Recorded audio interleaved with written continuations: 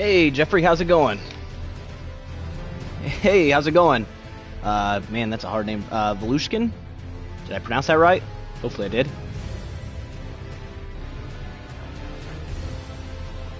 Let me just get a couple things set up here, and then we'll be off and running. Yeah, haven't seen you guys in a while. Hope you've been doing all right. Let me just get a couple of those things typed in here.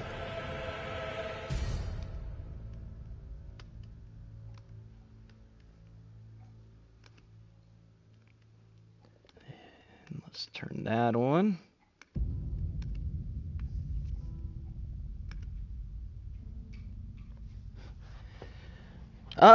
So I hadn't played Jurassic World in a long time. It just kind of got stale, to be honest. They didn't really add any content for a really long time, and it just kind of fell on the wayside. So yeah, at some point we might go back to it. I just haven't played it in a really long time.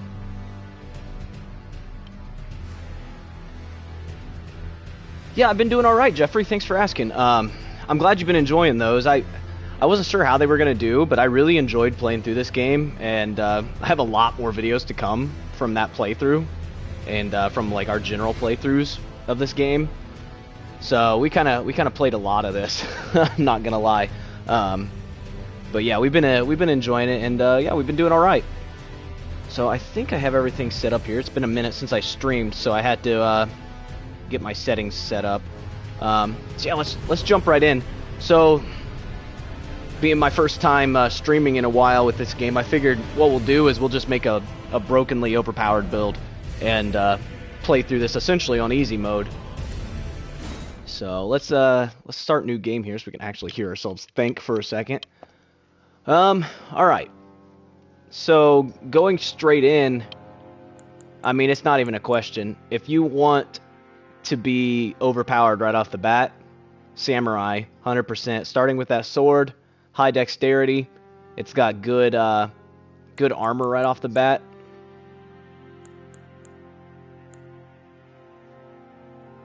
Oh, I'm really sorry to hear that. That really sucks, especially around this time of year. So, I mean, it doesn't make it any better any time of the year, but yeah, I'm really sorry to hear that. So we're gonna start with a samurai here.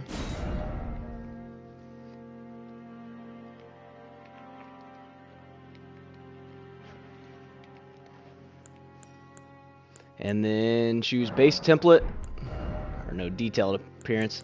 I have a few favorites that I have saved, so this might be a little bit of a spoiler for you, Jeffrey. Some of the characters that I've used. So yeah, be on the lookout for that character. All right, let's see here. We're gonna go with this, and we need to adjust this. I have to do this every time. Eventually, I need to resave this, but it's a little too pale. There we go. And then, just so I don't get them mixed up, I always change the hair a little bit. And I do know which hairstyle we're going to go with because, why the heck not, we're going to go with the old pigtails. And I can't help but think, I think I've said this before, but this freaking character looks like Jennifer Lawrence. If you know who Jennifer Lawrence is, like, I can't get over the fact that I somehow ended up making this character look like Jennifer Lawrence. Don't know why, don't know how, but she kind of does, which is kind of funny. Let's see here. So that should be good.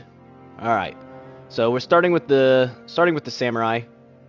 The katana that you start with is really good, and your stats are pretty good. Your armor that you start with is pretty good. So overall, this is a solid character class to start with.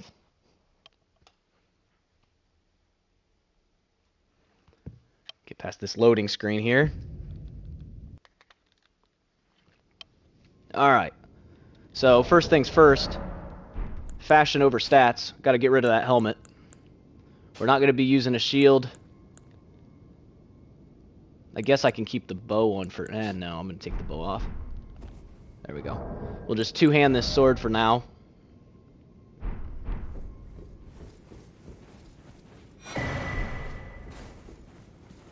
I'll make an attempt at this first boss, but it's highly unlikely that we're gonna win.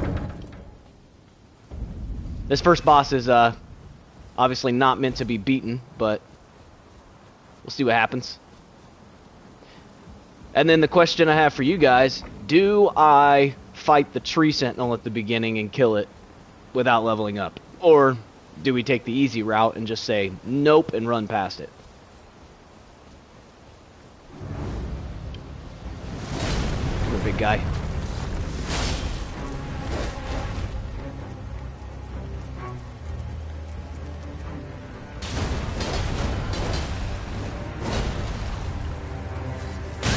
Oops.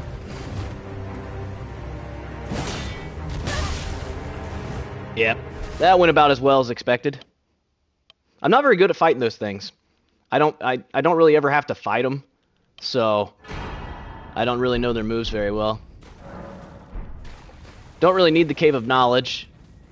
I feel like at this point I kind of already know what I'm doing, so as I slowly open this door.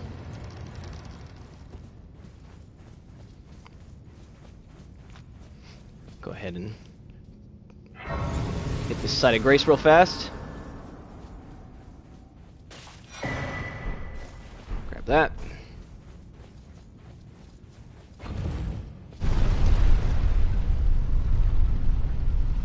Up the lift we go.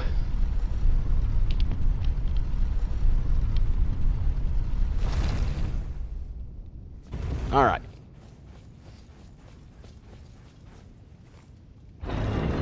Starts off a little slow, but we'll get there. Now we're out into the world.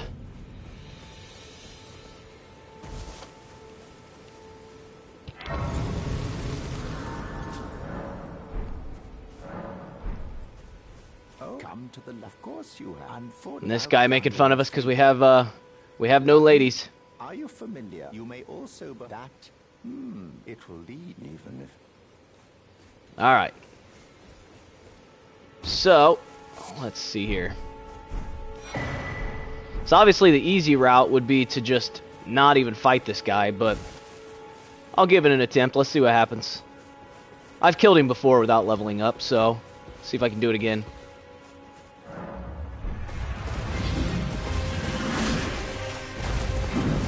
Not off to a great start. Missed my first attack.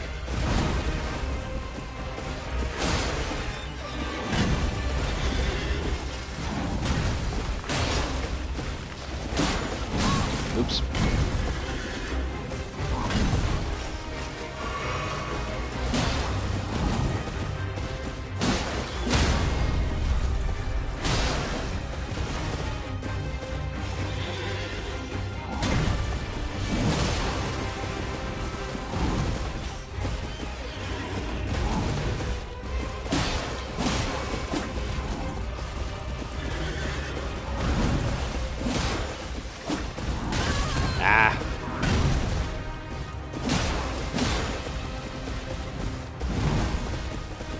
I'm gonna go ahead and use this because he does have a couple of attacks that can like almost kill you in one shot.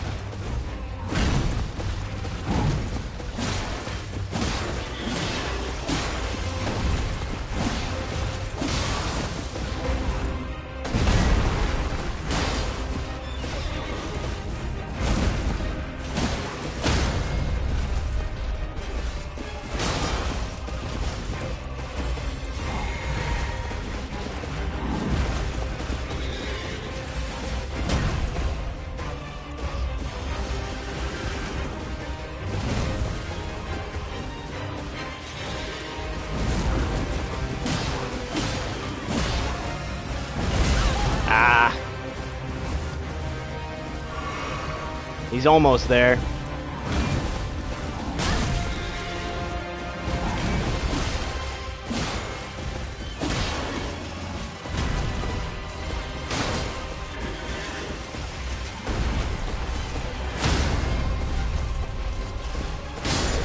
Got him.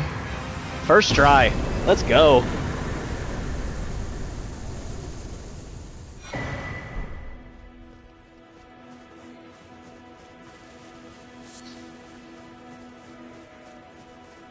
That was pretty solid. That was a pretty solid run right there.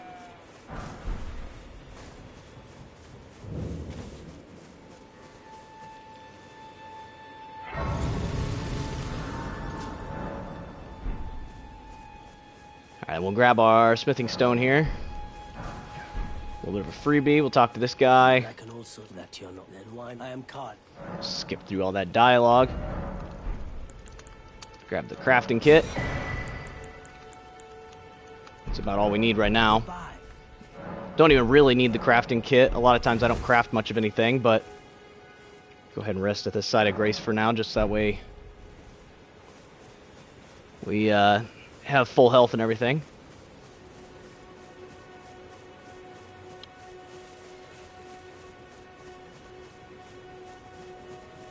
Give this guy a little jump attack. Bop.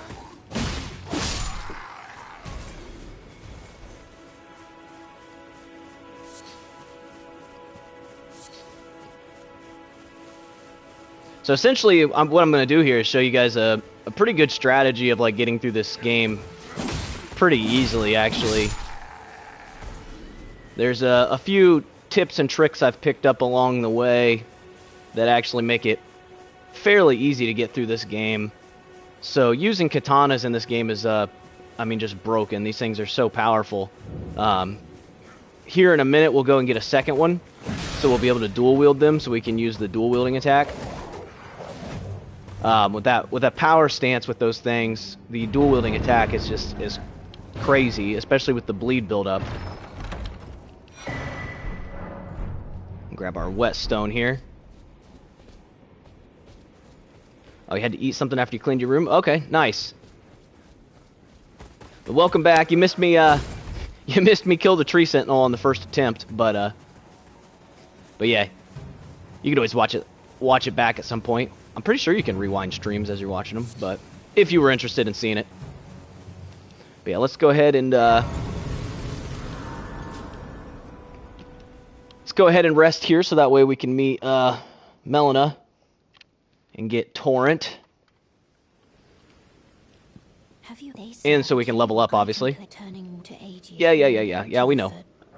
Then it said, summon me. Ah, I bequeath.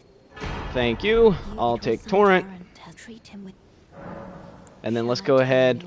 Might as well. We have the runes. This is going to be a... Let's see here. So, want to bump my arcane to 10. Arcane dictates how much of a status effect you put on people. So, that bleed buildup will be a little faster with the 10. And we'll increase our strength by 1. Because a lot of times we are going to be running a bit of a quality build, meaning that we have both strength and dexterity.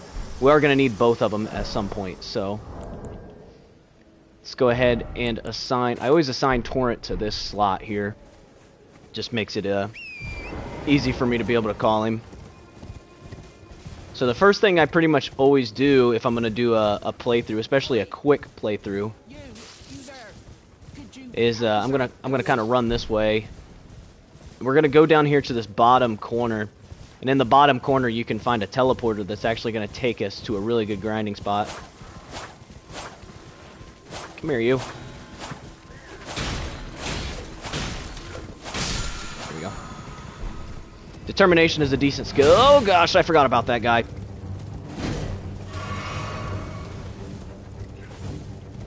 Go away, you. I forgot it was nighttime and the Knights Cavalry pops up.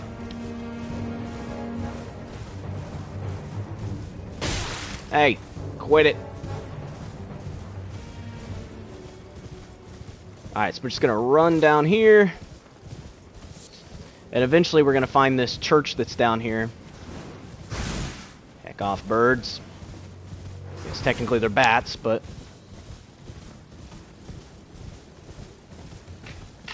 we'll discover this side of grace, just in case we need it at some point. I doubt we will, but... it's right there, so we might as well.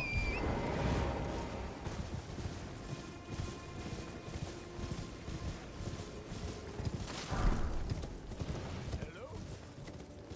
Is anybody there? Nope, definitely not. Who might be interested in rescuing? No, I'm not interested. Not interested, guy. Good luck. You can do it on your own. So we're steering to the right a little bit so we can avoid that giant. We could kill it, but they can be a little bit tough sometimes.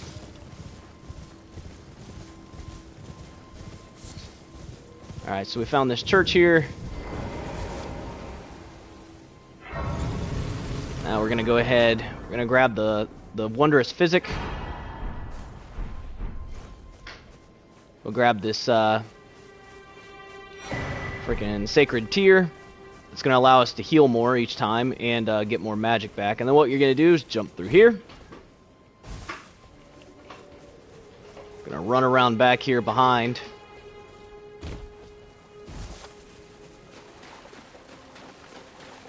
And then when you see this little beam right here, we're just going to go up to this. This is a teleporter.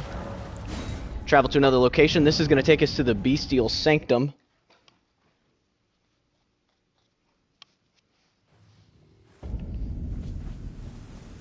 We can go ahead and grab the checkpoint here, or the site of grace, whatever you want to call it.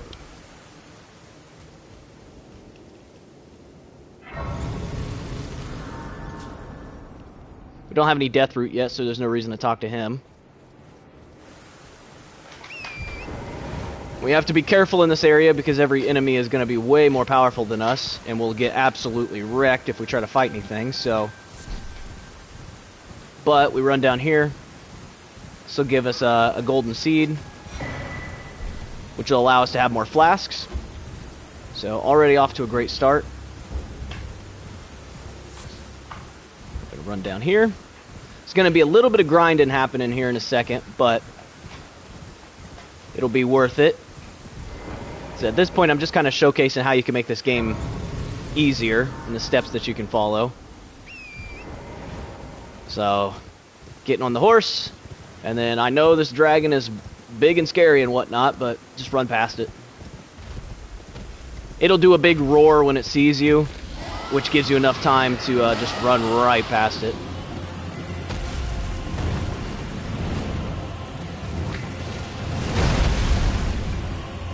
You just keep on running. Because you ain't gonna be fighting that, believe me. There's a... Absolutely... I mean, I can't say there's no way, because somebody could pull it off. I ain't that good. Like, I feel like I've gotten fairly decent at this game, but I'm not that good.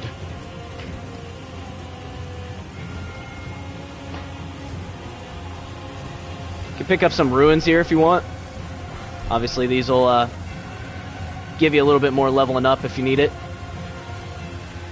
But honestly, the strategy we're going to use here is so good for leveling up, you don't even really need to grab those ruins.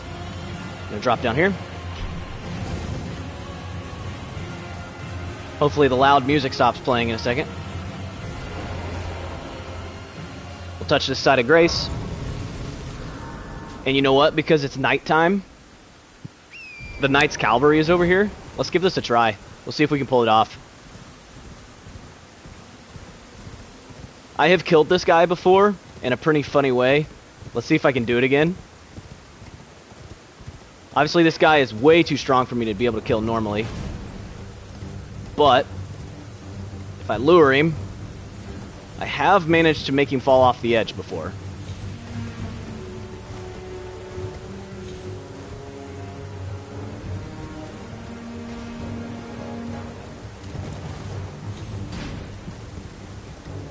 So we'll just keep running along this edge here, and eventually he might actually fall off if we get it just right. We just gotta avoid getting hit, because he will 100% one-shot us.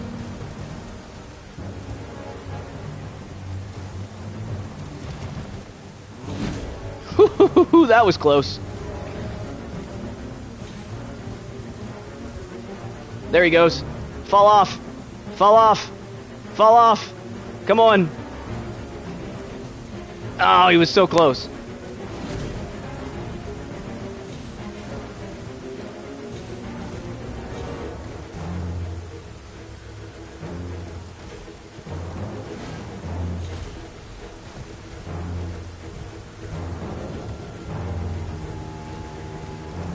Uh-oh, I was stuck on the tree for a second.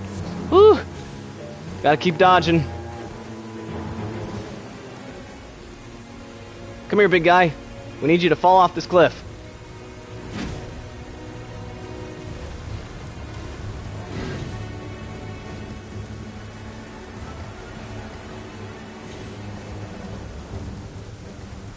Oh, that's not good.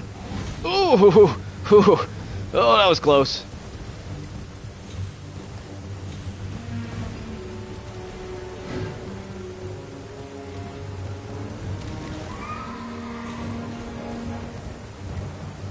Eventually, if we keep luring him along these edges, he might fall off.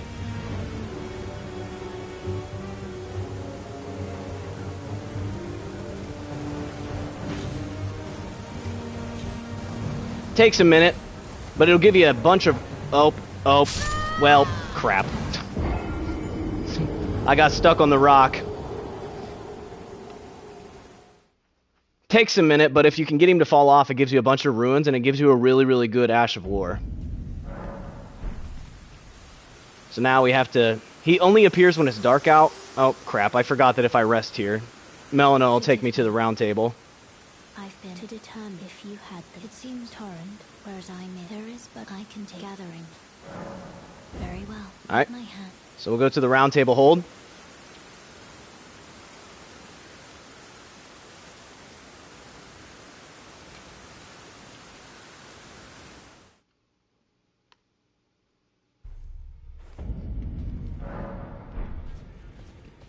And then I don't really think we need anything from anybody here. We can talk to this guy just to advance his vocal lines or whatever. Okay. And then now we just fast travel right back. We'll just have to make it nighttime again. Because that Knight's Cavalry only appears when it's nighttime.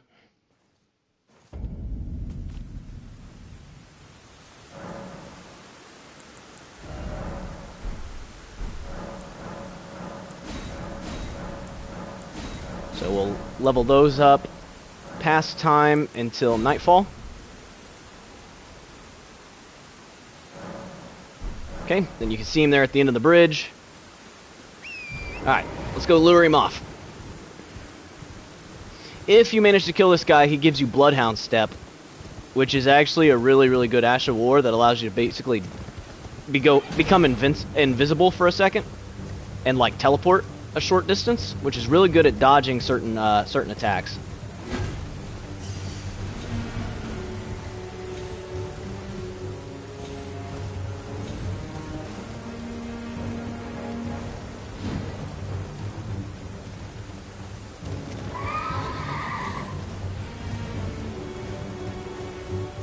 Come on, guy. Fall off. That's not good. Yep, I ran right the heck into that. Oops. Alright, well, you get the point. We'll skip him for now, because not really gonna be a reliable thing that you can do.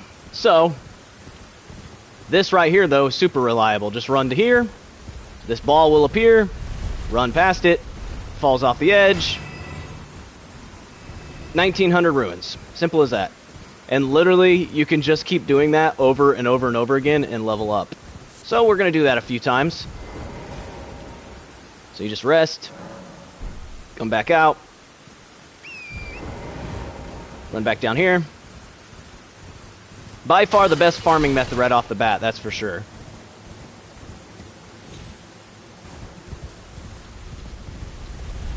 Zoop.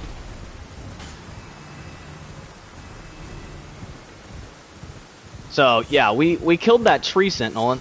We got like 3,000 ruins for killing that big freaking boss that actually is kind of tough to kill.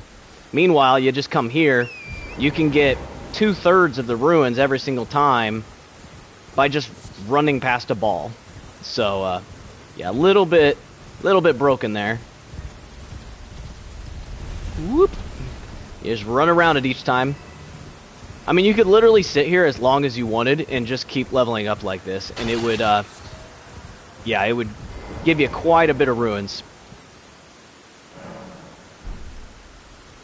It's because you'll see here in a second, once this is said and done, we'll be able to level up a ton of times. And you don't even really need to, depending on how good you are. But essentially in this game, you can make up for a lack of skill or a lack of timing with just putting more levels into your character. To a certain extent, like, you'll never be completely invincible. Even with, like, super high level characters, like, you still have to be careful.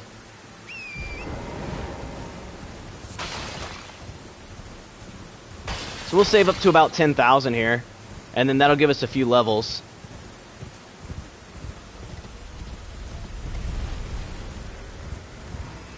Just gotta do it like one more time.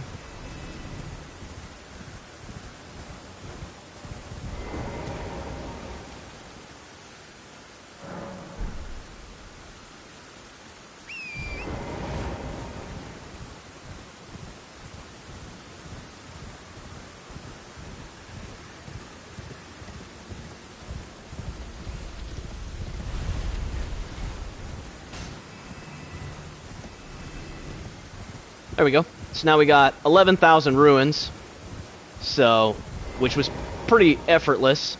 And at this point in the game, 11,000 ruins is pretty good.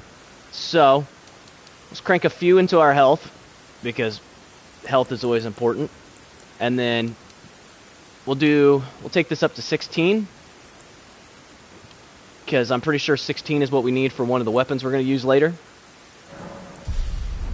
And we're actually really close to getting another level, so let's just do this one more time to get this next level.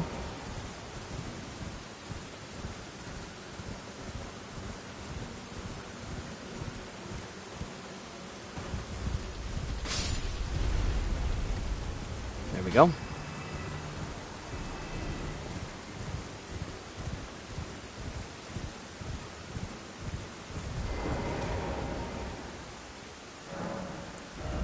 Alright, so then we're going to level up. So we have 16 strength, 16 dexterity. So we're a little even there. Now, what I like to do is we'll come back here to the beginning area now that we've leveled up a few times. And we have our grinding spot available.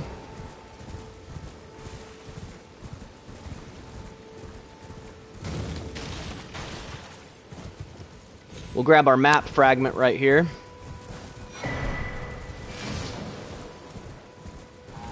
We'll just run past everybody. And we'll run past this ogre that's going to jump down on us, and all these people that are sitting here trying to ambush us.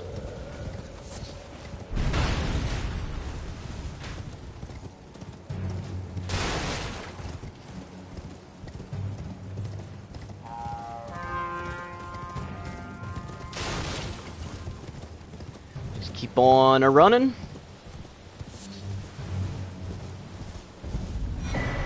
Grab this right here.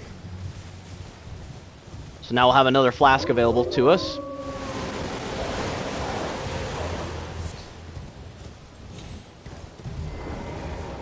Touch this site of grace. We'll go ahead and rest here so it resets those wolves so we don't have to deal with them. They're just kind of a waste of time. They don't really give us any ruins, so... not at this point, anyways. Of everyone who only to have their right. Did you know it's quite a lot? So we skip through hers, so her dialogue, so we can get the jellyfish. Can you take the poor thing and it'll be glad? So there's the jellyfish. We do need to come back here. So we'll fast travel back here real fast. I forget to do this sometimes. There we go. This way tarnished. May I have a word? A pleasure. I am the word. I'd heard Talk to Rena here real fast. I was entrusted by Torrent's for. There we go. Now we got the spirit calling bell. Summon them. The spirits. Now it is that. So now when we come in here, come down here to our equipment, we can summon the jellyfish. Forgive my intrusion, tarnished. The jellyfish is kind of nice at the beginning because it applies poison. And if you manage to keep it alive long enough for it to poison the first couple bosses, literally all you have to do is just run away the whole time, and they will just slowly die from the poison. So now what we're going to do is we're going to run down here, past the Beastmaster's shack. This was actually one of the places that I grinded the most when I was first playing through the game, because there are quite a few giants over here. And I guess that is that what they're called? Are they called giants? I don't even know what they're called, to be honest. The freaking big guys. They give you like 1,000 ruins a piece or something like that. And before I knew about these other locations, it was a pretty good grinding spot. It's a bit more of a legit grinding spot than the spot that I was at just a minute ago, showing you guys.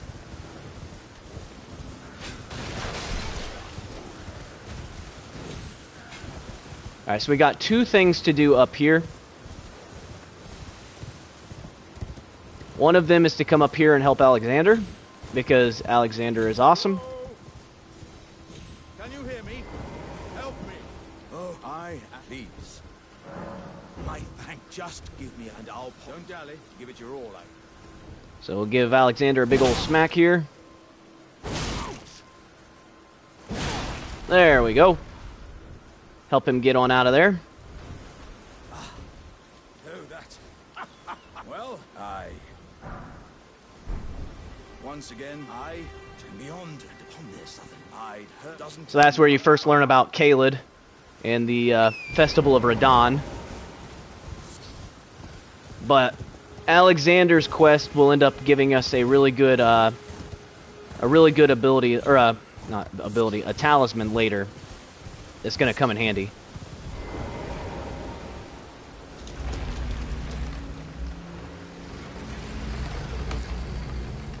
So we're going to come in here into the Death-Touched Catacombs, because in this catacombs we'll be able to get another Uchigatana.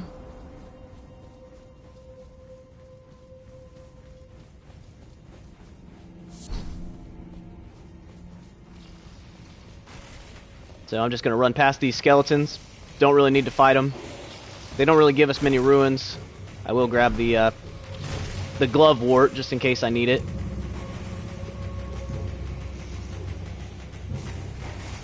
We're just going to run through here. And the Uchigatana's right there.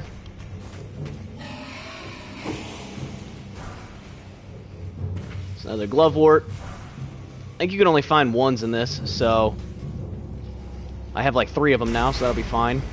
Pull this lever.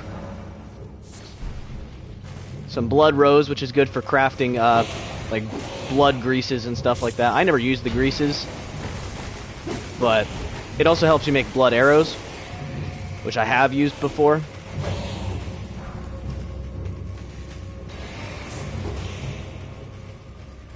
So we're gonna run past here.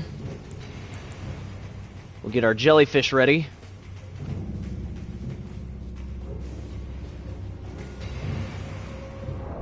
And we will go ahead and equip the second Uchigatana, so now we can dual wield these.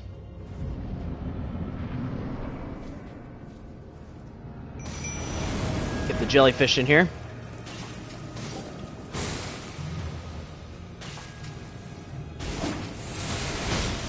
Ah.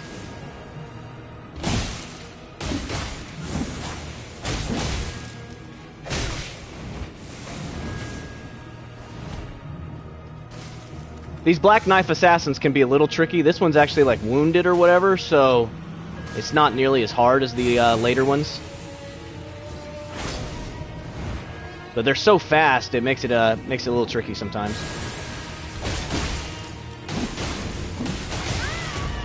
Ooh, he might kill me.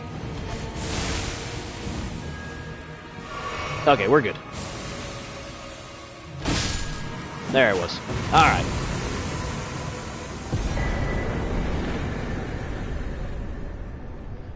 I just realized at the beginning I forgot to give myself the medallion at the beginning. Oh well, the keepsake. I would definitely recommend starting with the keepsake that gives you more health, but I totally forgot to set that at the beginning.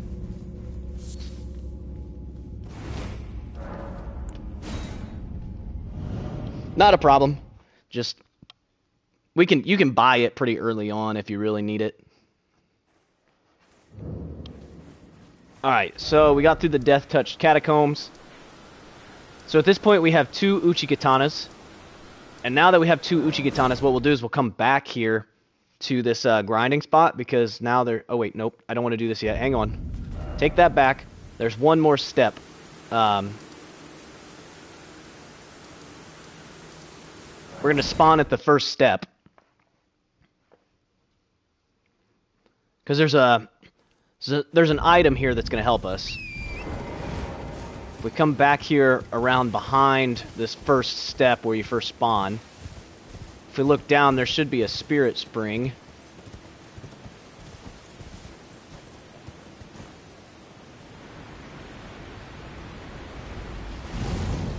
There we go. Can drop all the way down here. And then we have a gold pickled foul foot.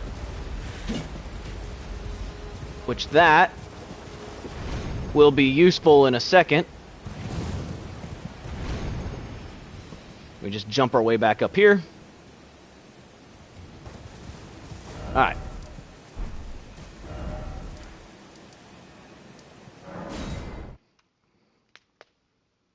Go back to Lena's Rise.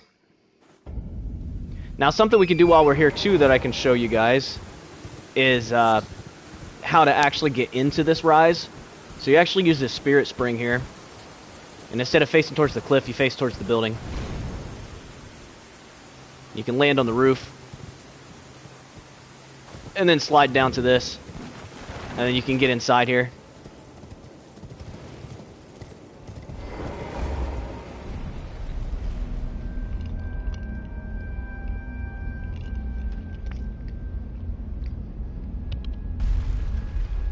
Alright, so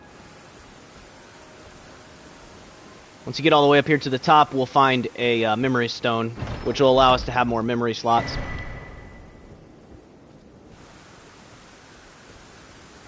It's good for spells and incantations. And in fact, we will eventually up our faith enough to get ourselves at minimum to the Flame Grant Me Strength incantation. I don't know if we'll be able to get all the way up to Golden Vow, because Golden Vow does take quite a bit of faith to get to.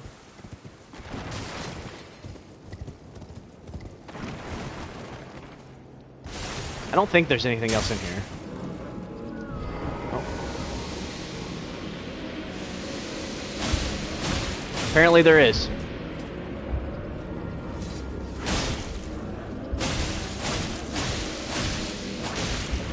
I don't think I've ever killed this thing. Oh my gosh! Oh. Oops. I don't think I've ever fought that. See, that's the crazy thing about this game. I have, I kid you not, 300 hours in this game. And something as simple as that, I've never seen that enemy. I have not run into that enemy before.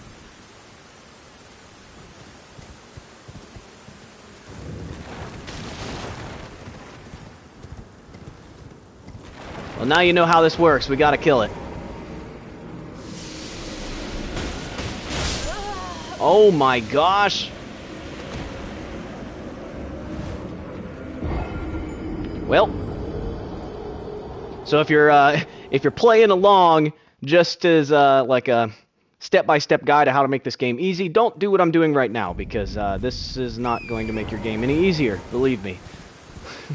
I've already died twice, and I've seen how much damage I'm doing to it, which isn't much. But now I'm, like, determined. Alright, we're gonna get this stinking thing. It's gonna happen. I mean, it's a ball. It doesn't even move. How hard could it be, right?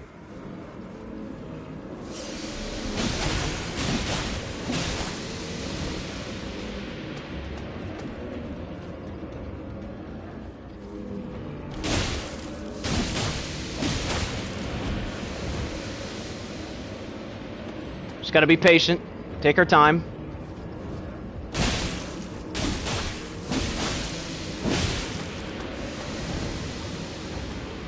I don't know if this thing bleeds or not, but we'll see. It's better give us something good.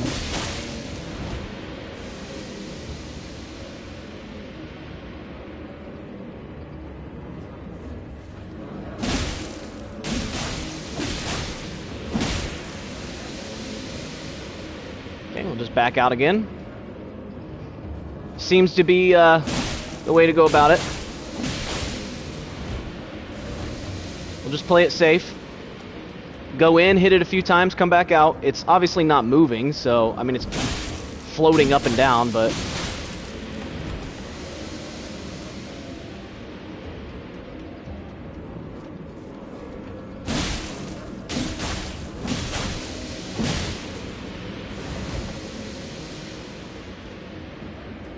Alright, it's about half health now.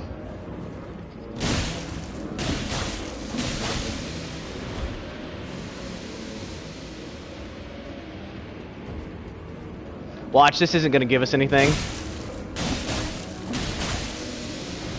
That would very much be an Elden Ring thing to do. If I had to guess, though, it's probably going to be something magic-based, so it's probably not going to be something we're going to be able to use anyways, but I'm just thoroughly curious now of what this gives us, because I haven't killed this before. So...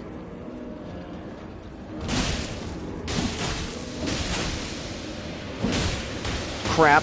Ooh, boy. Oh, boy. I got stuck in that attack animation. Whoo, that was close. I was about to be really sad.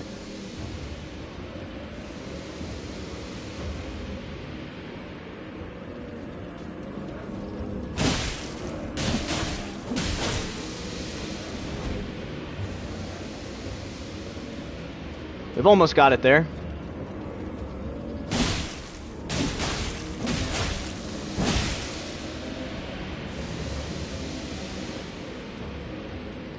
Just a couple more times of doing this.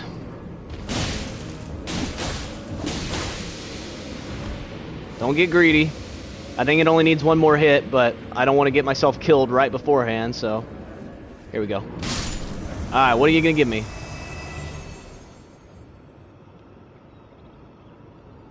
Are you serious?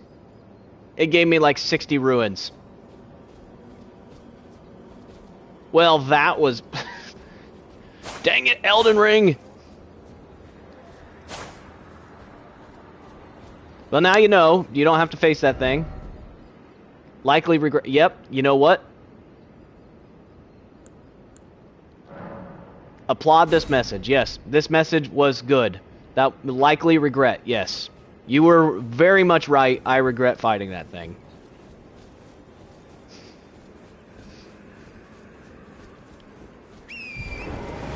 But now you know. Don't fight that. Pointless. Alright. Anyways, what you're actually going to do is you're going to Spirit Spring back up here.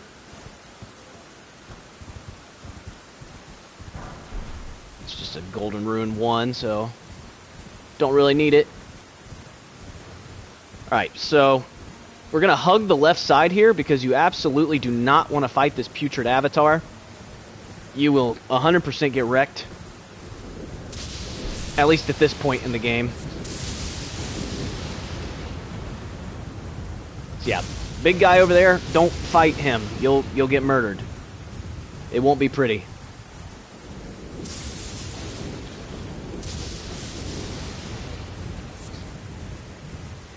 We're going to run past. We're going to come up here.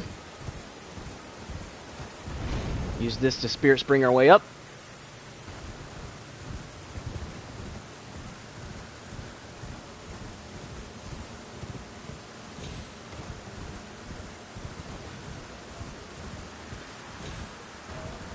Alright, and we're going to grab this side of grace that's right here.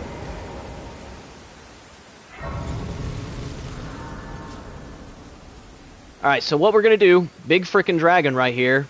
I'm sure a lot of you are familiar with this, but this giant dragon right here is super old and weak and everything. It's got a ton of health, but it actually won't attack you if you just keep hitting its feet. So, we're literally just going to sit here for the next few minutes and continue to hit this thing's leg. Now, you're going to want to do this with a bleed weapon because... obviously, it's got a ridiculous amount of health, and if you're just hitting it normal, you can see I'm doing like 20 damage. Now there I did 13,000 damage because of the bleed. So, doing like a couple hundred damage for the entire combo, but when the bleed procs, you'll end up getting like 12,000, 13,000 damage. Now, I would recommend staying right here because there are like 5 or 6 dragons in this area. And if you do it on any other side, there's a chance that they'll find you.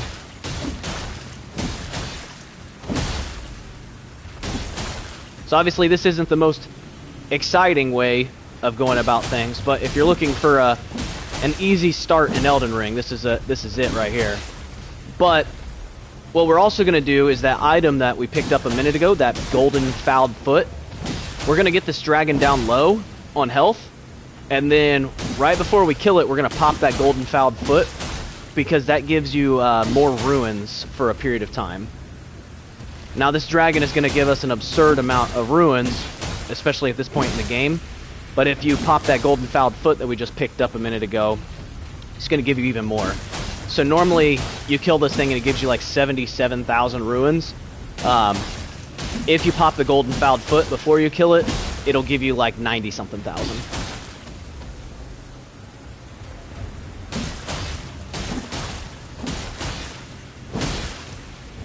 And then that's going to give us a bunch of levels.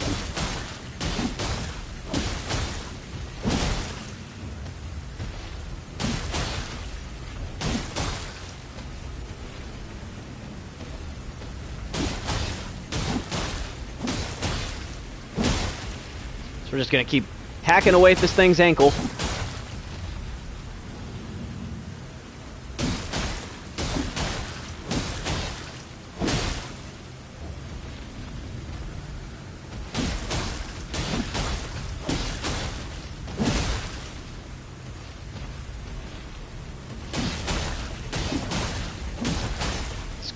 Keeping at it. We'll probably have to get bleed to proc 2, if not 3 more times.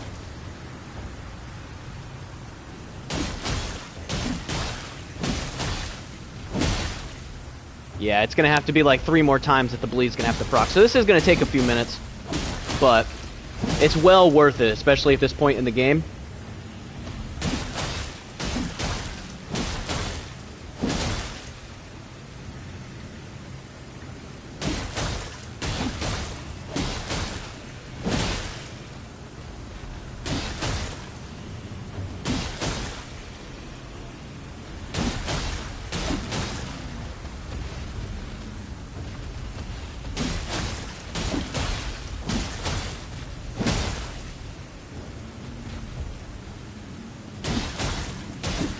So we just got to keep swinging away. Like I said, this is going to take a few, and I know it might not be the most exciting to watch, but once we get done with this, what we're going to do is we're going to basically travel around, and we're going to start to pick up some golden seeds. There's quite a few that we can pick up early on. I'm going to hit this a few more times, and then we're going to pop that golden fouled foot. Alright. I'm going to go ahead and activate this golden fouled foot, or gold pickled fouled foot. So we're going to have to use this. So now for a period of time, we're going to gain more ruins.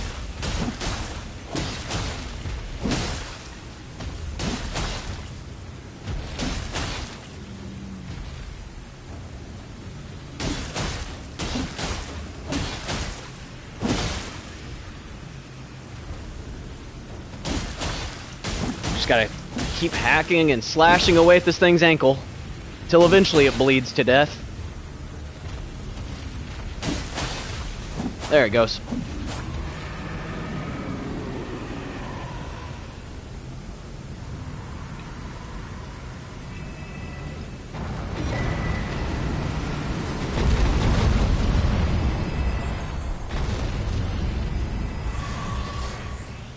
So there we go. Now we got 100,000 ruins.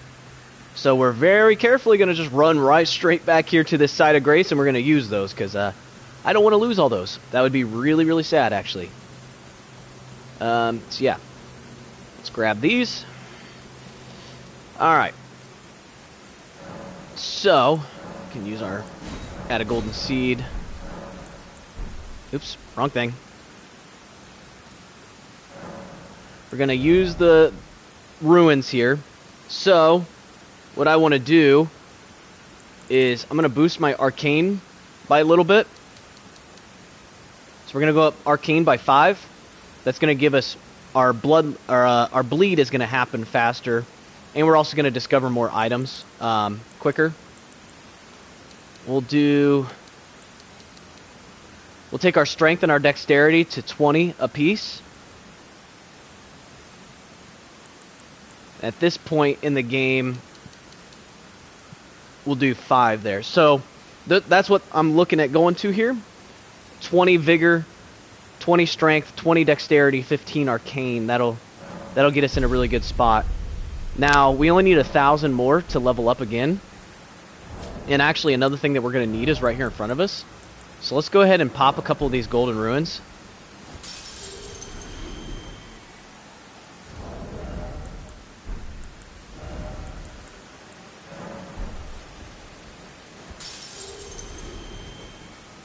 I think that's enough.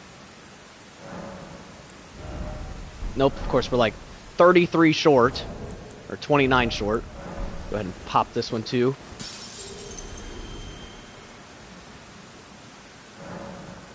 So now we'll go ahead and level up, and I think I'm actually going to level up my faith. I'll have to look it up. I mean, obviously we're going to grab it at some point, but Flame Grant Me Strength will be nice to have. And now that we only have 171 ruins, now will be a good time to go ahead and do this. So we're going to have to run really fast, but I'm going to run right straight through here, try not to get hit, keep sprinting. Hit this ladder as fast as we can and climb. Okay, we're good.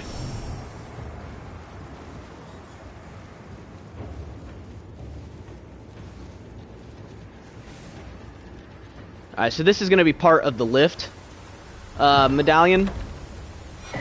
Yeah, so the Dectus medallion. That'll allow us to access the Altus Plateau early. Now, another thing we can do here. We're probably going to die in the process of this because these stinking rats are going to kill us. But if we drop down here, go around this corner,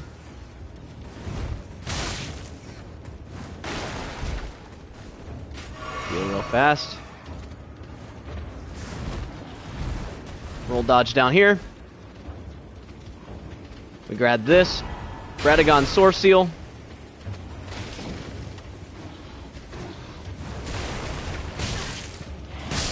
Yep, there it was. I figured the rats were going to kill us, but that's fine. We grabbed what we needed. And we only had 170 ruins, so not a big deal at all. Radagon Source Seal I don't think we're going to end up using, but we have it in the case we need to. It gives us a highly increased attributes, so it gives us like 5 of all these attributes, but it also really hurts our damage negation, so we would take way more damage. So, I don't like using it if I don't have to, but if we do have to, we'll have it.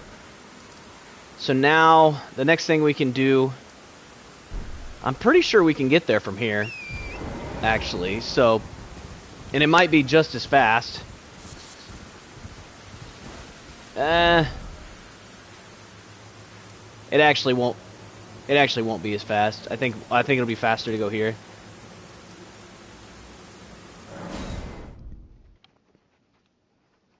So we'll come back to the Third Church America here, and then what we're gonna do is we're gonna go up into Caelid, which everybody knows. If you know much about this game, you know how terrible Caelid is. It's not a fun place to be in, especially at the beginning of the game. But we can get a couple decent items there. We can also get this, which I think is Sacred Blade. Yeah.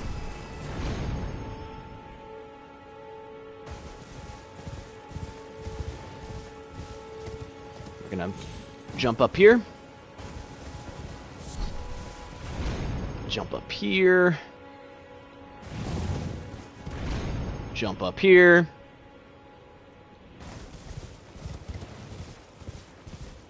And we'll come up here. We're gonna get invaded, but that's fine. This invasion is pretty easy. And then what we're going to do is we're going to run through Caelid, and we're actually going to go down to Redmane Castle, because one of the weapons that I want to use is down there. Which could be a little dangerous, but I think we'll be alright. Now, just in case, because we did just run a long distance, I am going to run through here and touch this side of Grace. So that way, if we die, we're going to respawn right here instead of way back where we just started. And now we're going to fight Anastasia.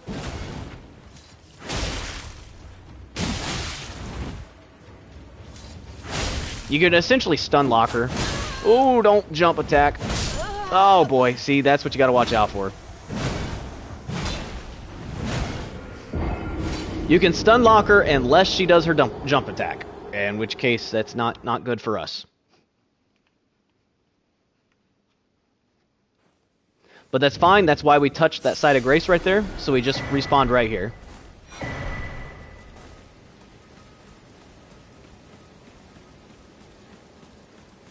And I think killing her gives you the Sacred Scorpion Charm, which increases holy damage. We can go ahead and kill her if she would spawn. There we go.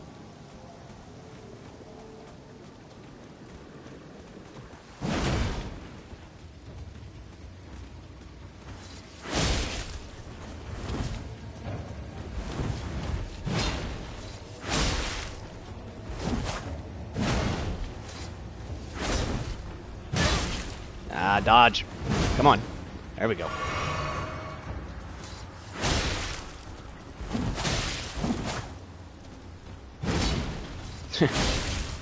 She was facing the wrong direction. There we go. That was a little easier. Yeah, Sacred Scorpion Charm.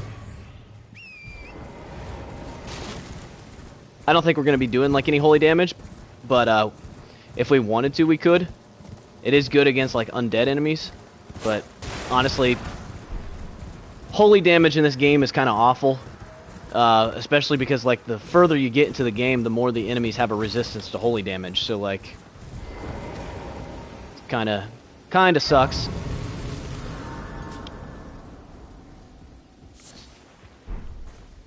All right, just gonna run past here. So while we're in this area, we can actually grab a few things that are going to be really important. We'll be able to grab Flame Grant Me Strength at this castle that's over there. And then we'll also be able to grab the other weapon that I'm going to use. When I was thinking about doing this build, I realized that the katanas are really, really good, except in the late game. I don't know what's in here. What's in this?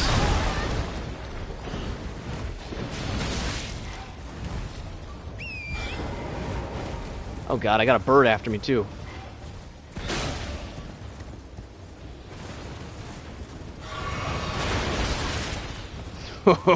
I hope this is worth it.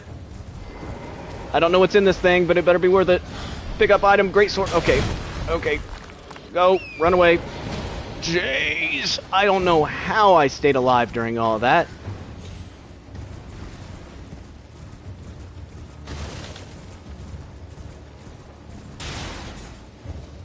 Okay.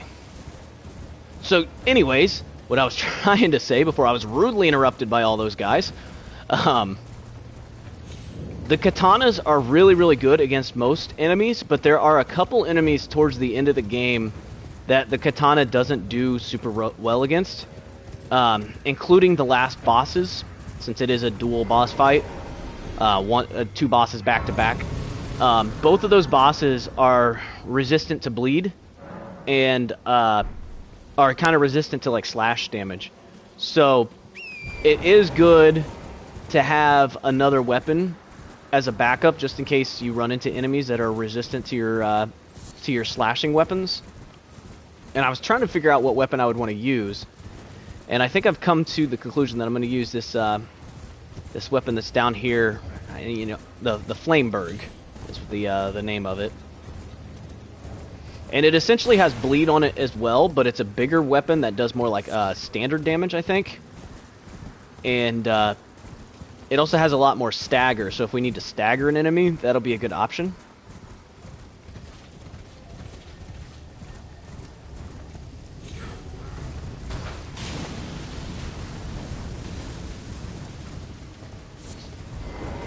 We'll touch this side of Grace right here, just in case we die. This spot is a little dangerous.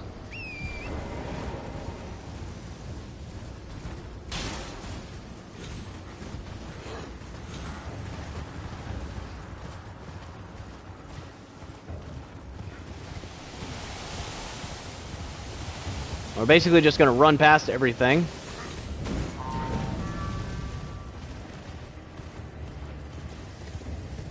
And then we're going to come around here.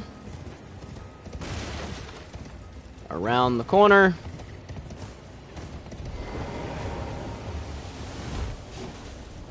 And then Flame Grant Me Strength is right here.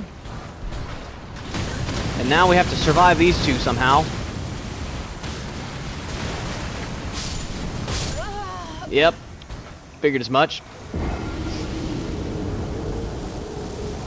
We have 28 ruins that we just dropped.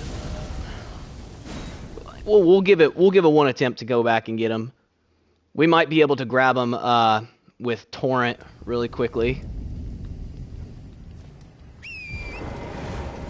If you don't do that. Okay, well, apparently not. The Torrent just decided to run us off the edge, so... Either way, we have Flame Grant Me Strength now, so... Alright.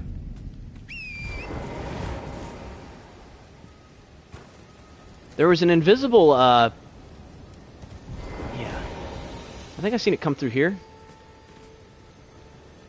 Kind of want to see if I can get this, because I don't even know what this one is. Where'd it go? There it is.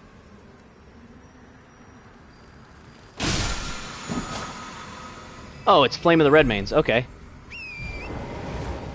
That's a really good Ash of War if you want to stagger people. I'd heard of it. I've never used it, but I know it did get nerfed recently. I don't know how badly it got nerfed, but I know it got nerfed. It's kind of funny that Flame of the Redmanes and Flame Grant Me Strength are like right next to each other, since they're both like really overpowered. So now what we're going to do is we're going to run all the way around here. We're going to get down to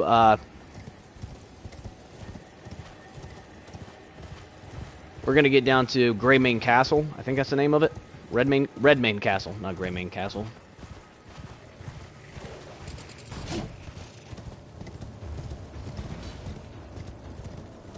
There is another katana down in those ruins, but it's not very good.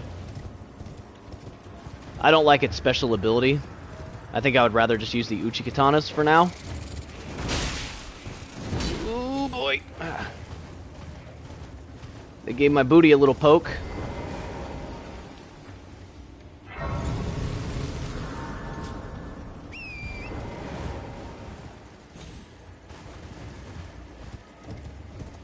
Definitely not fighting that guy either.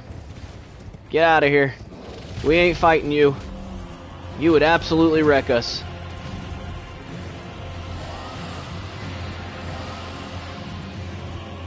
That would be a one-shot kill.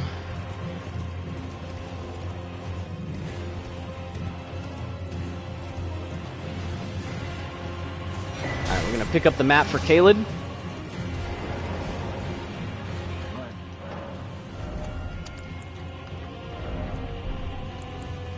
So I do like this armor right here. I don't know how it compares to the armor we're currently wearing. But I don't have any ruins to buy it with right now, so we'll have to wait.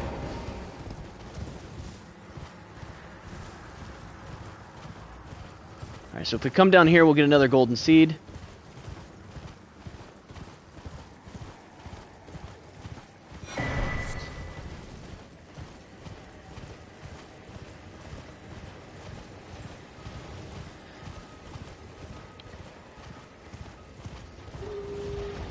We just gotta run past all of these guys.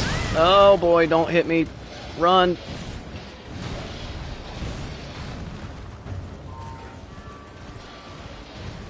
Funnily enough, you can get some free ruins here if you just let these guys all fight each other.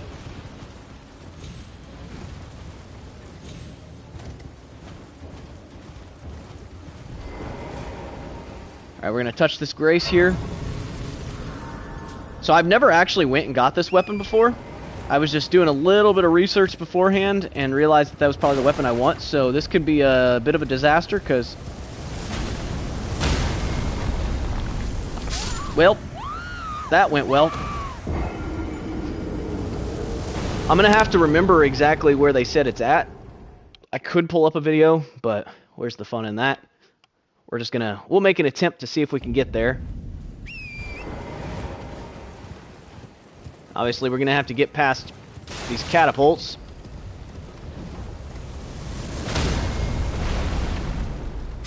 Well, this is going well. God dang it. I honestly forgot about these things being here. Well, eventually we might get across this bridge.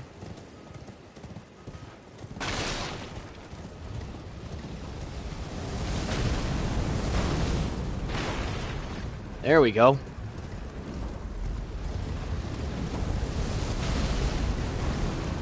Alright, we're across the bridge.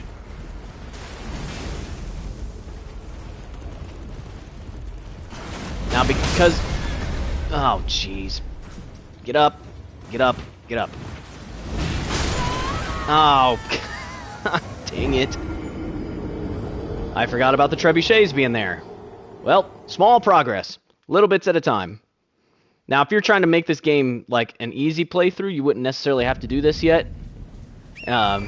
You could wait until later to come into this area and whatnot. I mean, honestly, you don't even need this weapon. It's just going to make it a little easier later on. At least in theory.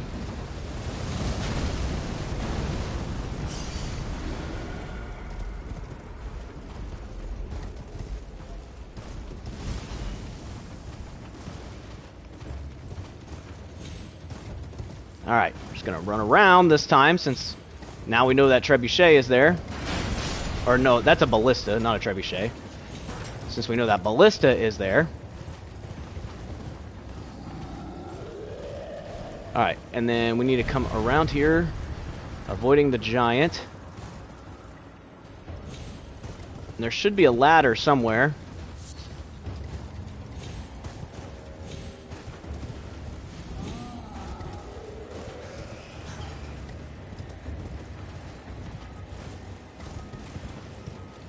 Oh, crap. Run!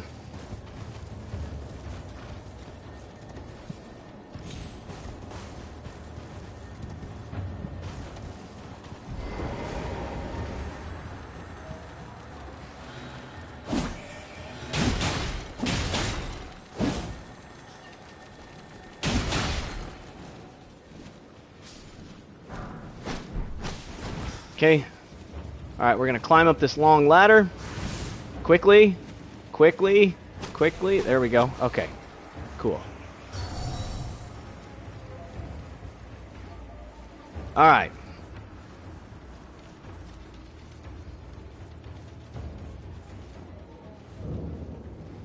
We're going to go a little sneaky mode here. Don't really want to fight more than we need to.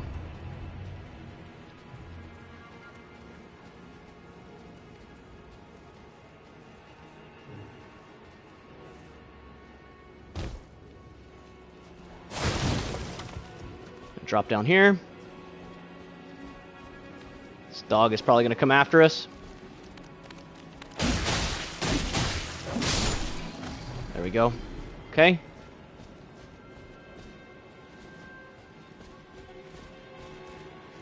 Don't remember if it's that way or if it's this way. It's this way. We're not going to fight this guy. This guy's pretty strong.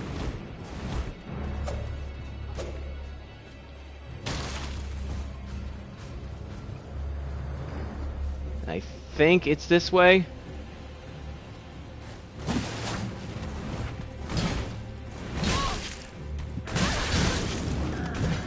Nope. Nope. God dang it. Was there not a checkpoint through there? I don't think there was. I might have to look up where to get this.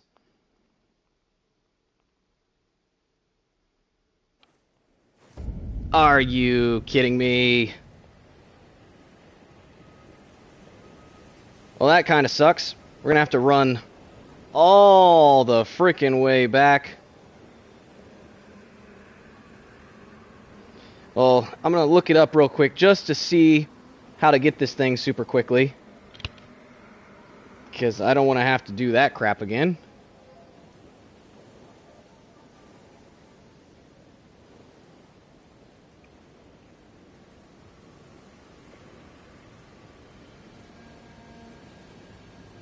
Let's see here. Where is this person starting at?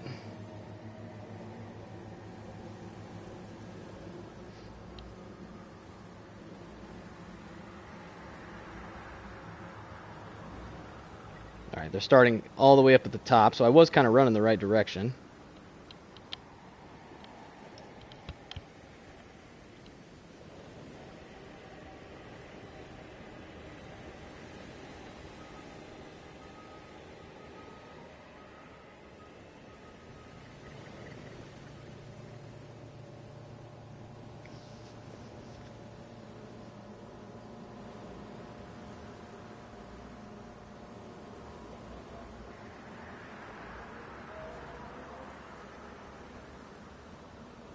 Okay, I know where I'm going. Just had to look it up real quick just to make sure. Since all the enemies are so strong in here, I don't want to be like messing around too much.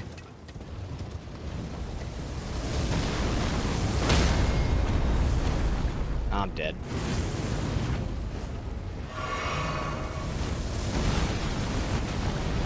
Nope, no I'm not.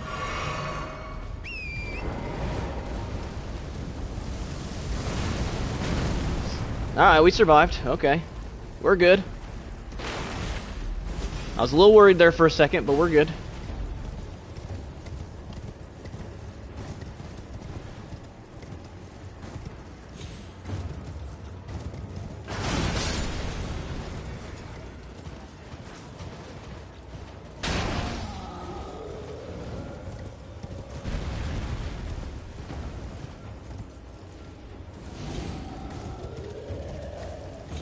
Alright, we're just gonna scurry along this cliffside here.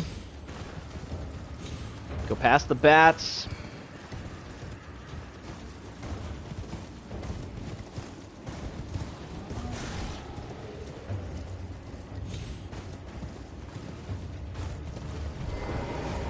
Up the ladder.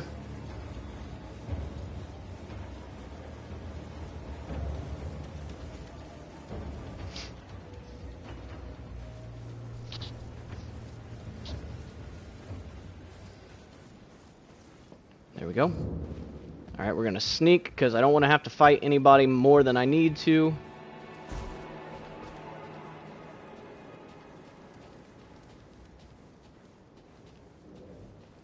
Gonna drop down here.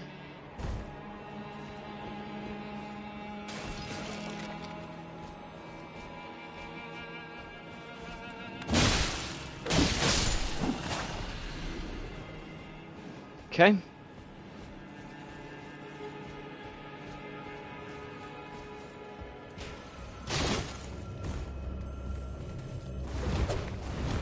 Gonna run past that guy.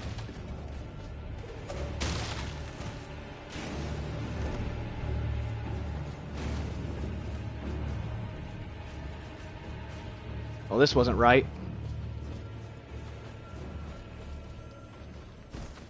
No, we need to go this way, but we need to dodge these guys. Just keep running.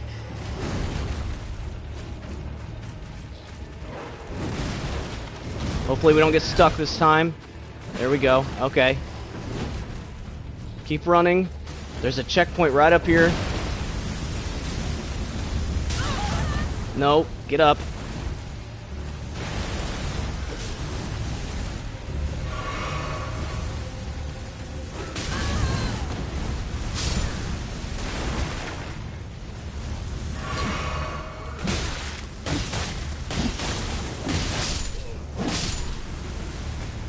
There we go.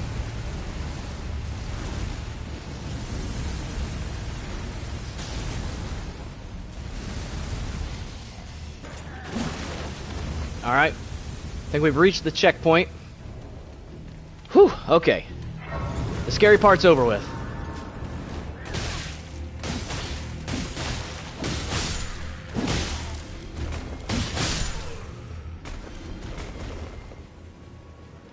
Alright. So now from here... I'm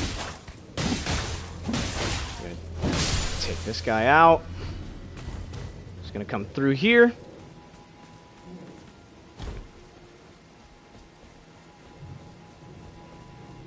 We're gonna climb up this ladder.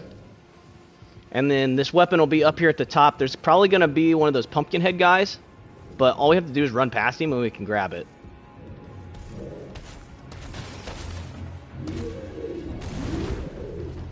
There it is. Alright, we got it.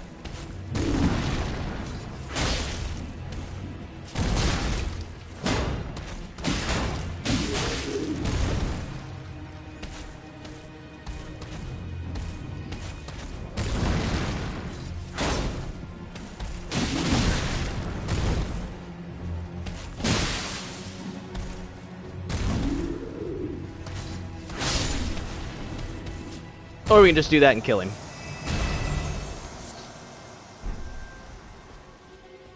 Alright, so now we have the Flame Burge, which is right here,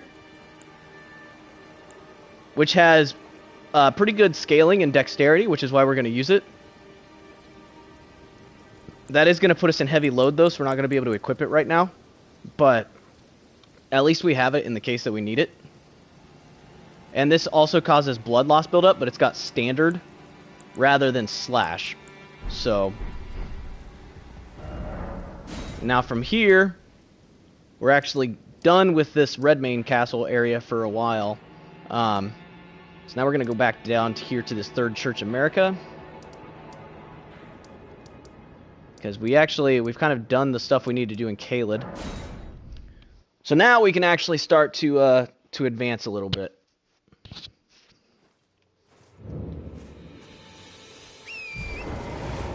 We're just going to kind of go around and pick up a few items here and there, and then we'll be good.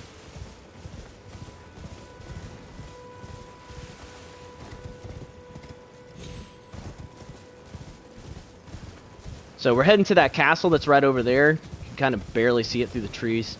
When we get there, it's going to give us another golden seed, and we're going to be able to get the Bloody Slash ability. Which, honestly, we might not even really need with that Flame Burge. But we'll also get the other half of the Dectus Medallion, so we could actually go to the Altus Plateau if we wanted to. And by going to the Altus Plateau this early in the game, it would actually give us access to a lot more golden seeds. So we would have more flasks. We're going to go down here. We're going to grab this Axe Talisman. This gives your charged R2 attacks more strength.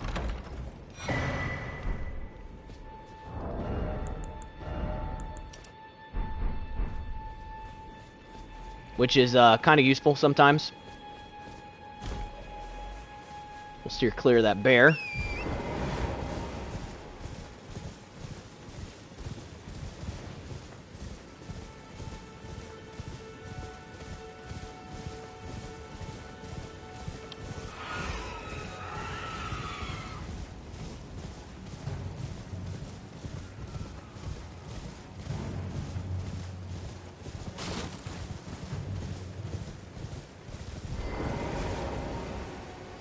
So we're going to touch this grace right here. And then we're going to go up to this castle.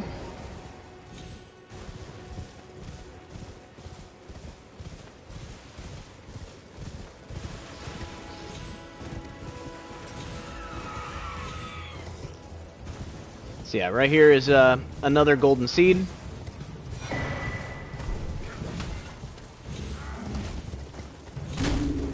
It's going to jump around everything here. Grab these blood rose.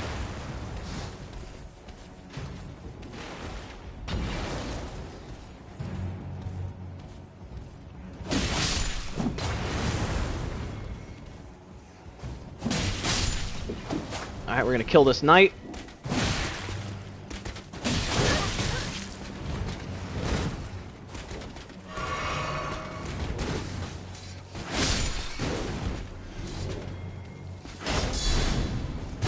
Dodge! I ran out of stamina.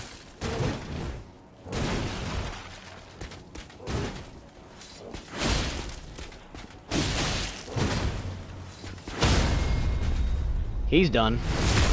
Bop! There we go. Got the Ash of War Bloody Slash. And then we're going to climb up this ladder here. And the other half of the Dectus Medallion is actually up here. So we would be able to go to the Altus Plateau now if we wanted to. And then if we needed to go to the Altus Plateau, what we could do is we can use the bypass. There's a little path around the castle. You don't even have to kill Margit or Godric. So right there's the second half of the medallion. So now technically we could go to the Altus Plateau if we wanted to. So next thing is we can do the Blide quest. So let's go back to the merchant, and we'll activate the Blide quest, so that way we can get his talisman, which reduces the cost of using Ashes of War. So ask him about the howling. Next time you don't fry, just have. He gives you the finger snap emote. Goodbye. And then we just have to fast travel back over here.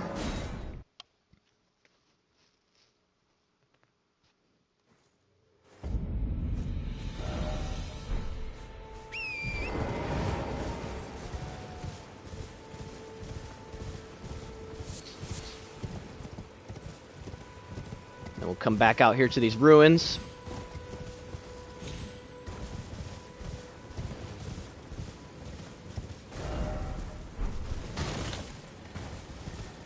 Since we're here too, one of the other things we can grab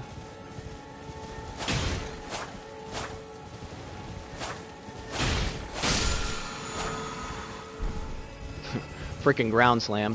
Where's this tree at? We're right next to us, we might as well. The spiked cracked tea and the green spill crystal tier.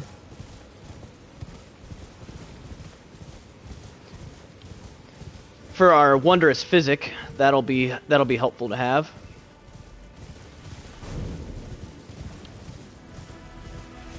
All right, and then Blide is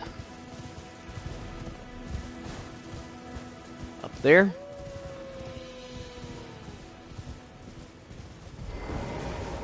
So we'll just stand right here. We come over to our gestures.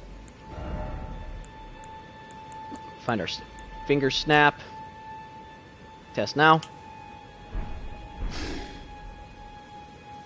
Who goes there? There he is. Sent you, did it? The name's Blood. He fled so many. Come tell me. I can offer you, Darrowell, and in need. Alright, so now he wants us to go to here to fight Darrowell.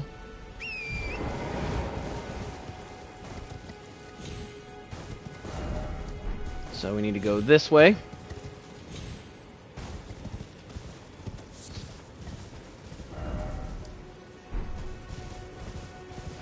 And honestly, while we're heading this way, one of the things I like to grab is our get out of jail free card here. The sacrificial twig is really nice because it takes the place of your lost ruins one time. So if you end up in a spot where you're like in a boss fight that's too strong for you, and your ruins are inside the boss area, and you don't want to lose the ruins, you can put that sacrificial twig in your talisman slot. And then pick up your ruins, and then when you die, you'll lose the sacrificial twig rather than your ruins. So it's a kind of a get out of jail free card for getting your ruins back. Because sometimes you'll go into a boss arena not realizing it, and then obviously then the mist appears behind you, the boss door, and you can't get back out, and the boss is just too strong for you at the time. So it does happen occasionally, and you just have to either lose your ruins that you had on you or somehow kill the boss, unless you use this trick of sacrificing your twig.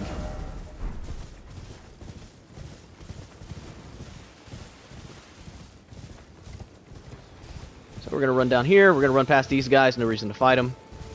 Obviously, this drops a weapon if you kill all of these, but I honestly don't remember what the weapon is, but we don't need it at this point, so... So we pretty much have the weapons that we're going to be using. The only thing we're going to be swapping out is one of these katanas for the Rivers of Blood, naturally. So we're also going to grab this right here. This is the Unsheath Ash of War.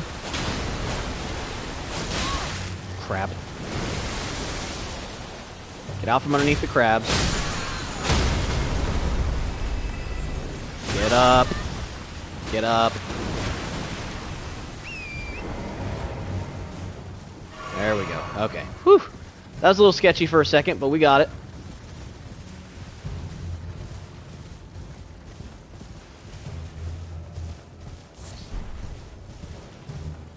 Alright, there should be... There it is. I was going to say, I know there's a side of grace over here somewhere.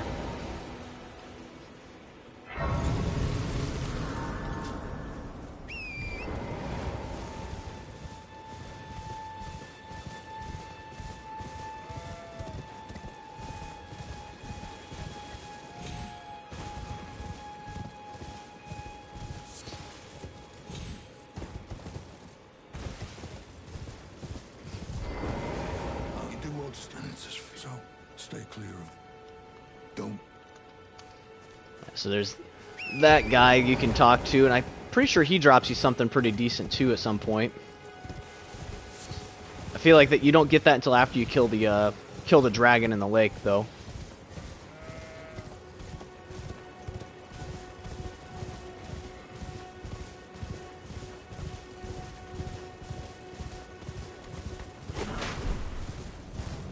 So we'll come up here and fight Darrowell, which this will be an easy fight, because we should have Blide with us.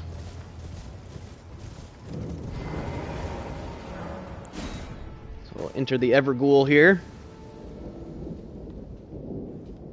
And then we'll summon Blide. Wait for him to pop up.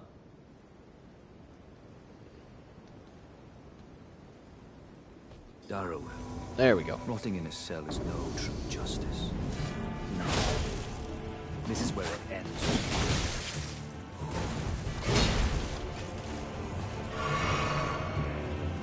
And then from here, Blide can pretty much take care of the rest.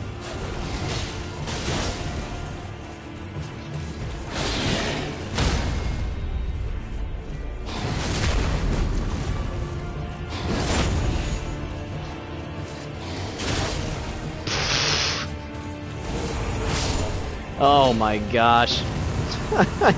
Get wrecked. And there's Bloodhound Fang. Which Bloodhound's Fang is a pretty stinking good sword, so... But we already have a slashing weapon, so there's no reason for us to use that.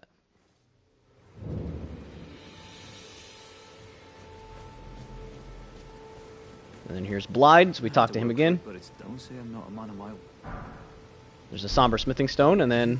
Tell him I sent you to be sure I owe you one, Eric. That's enough chit-chat. It's time we parted. Okay, so now we have that, and then when we find that blacksmith, we'll be able to get the item from him. So, but yeah, there's Bloodhound's Fang. It's a slashing weapon though, so it doesn't make any sense for us to use that. We're gonna use the Flamebird because it has standard, and it also has blood loss and all that. The only problem is it is a little heavy, so we are gonna have to get our endurance up a little bit. Alright, so the next thing we're going to do, because we're already down here, come down here, come over here, and this is a nice skip to get you across.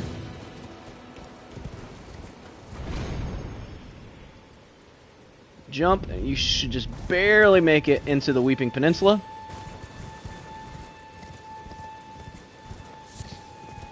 We're going to carefully drop down here. There we go.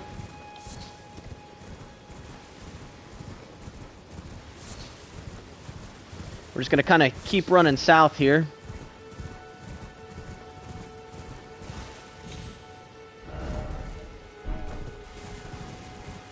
South, southwest-ish. I guess it is more west than it is south.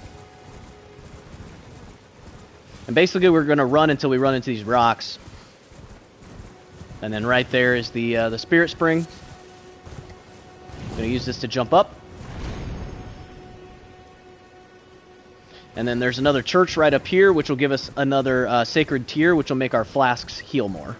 And bring back more magic. So that'll obviously be helpful. So we're going to grab that.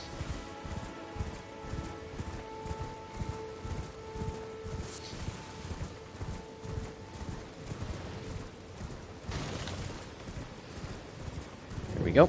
We'll touch this side of grace just in case. And then, yeah, we'll grab this sacred tier that's right here, which, like I said, will make our flasks heal us more. There we go. We'll go ahead and rest real quick.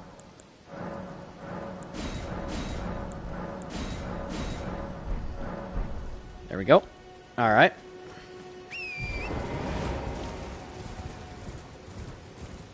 And then from here, there's one more thing we can grab down in this area. Will be a little bit of a run, but we can get another golden seed down here. And we already have 6 healing flasks, so we're making good progress there.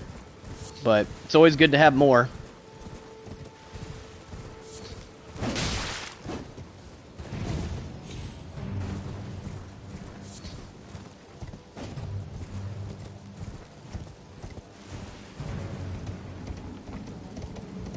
Okay, so now we're going to run across here.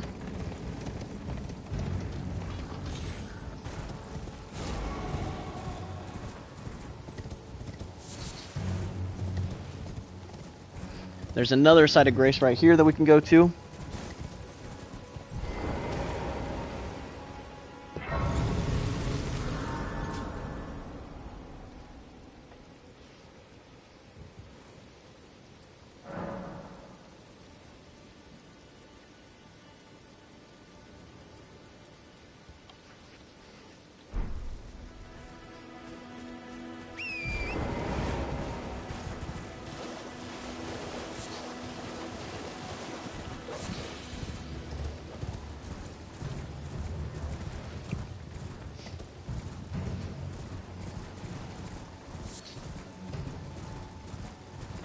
Alright, and we can hit this side of grace here and rest up.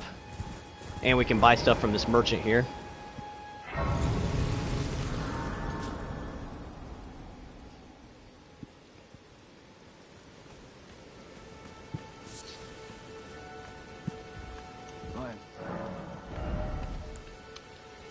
Alright, we can buy these smithing stones. Let's go ahead and do that. This is like the cheapest stone sword key you can buy too, so that's nice to have.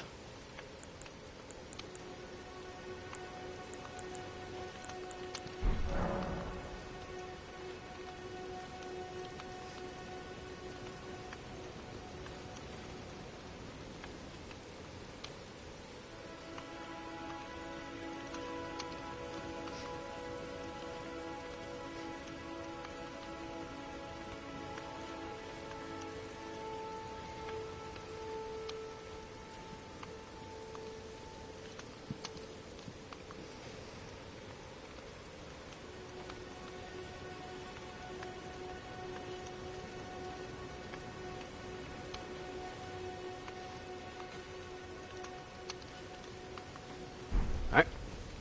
So we'll run this way. We'll come over here and we'll grab this,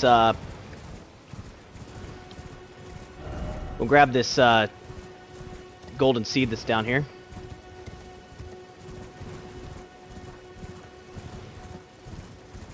It's over here somewhere. Don't remember exactly where it's at, but I know it's in this general area. There it is. Okay.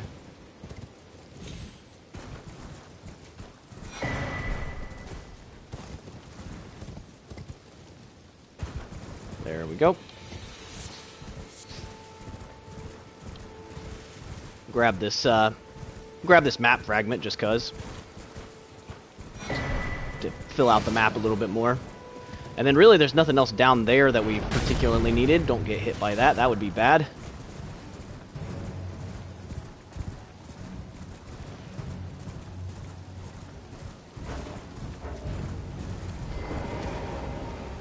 Okay, we'll rest up here. So at this point, we don't really need anything else down here in the Sweeping Peninsula. Like, we could get stuff, but it's not really necessary. So yeah, we'll come back up here to the Stormhill Shack.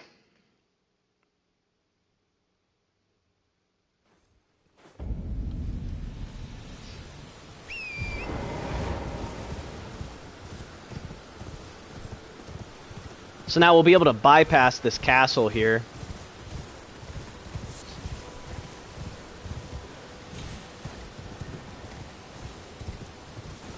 So normally you would fight Margit right there, which we could do. I mean, it wouldn't be terribly difficult. But if you can't beat Margit for some reason, all you have to do is take that path right there. Come over here to this bridge. You can run across this bridge here.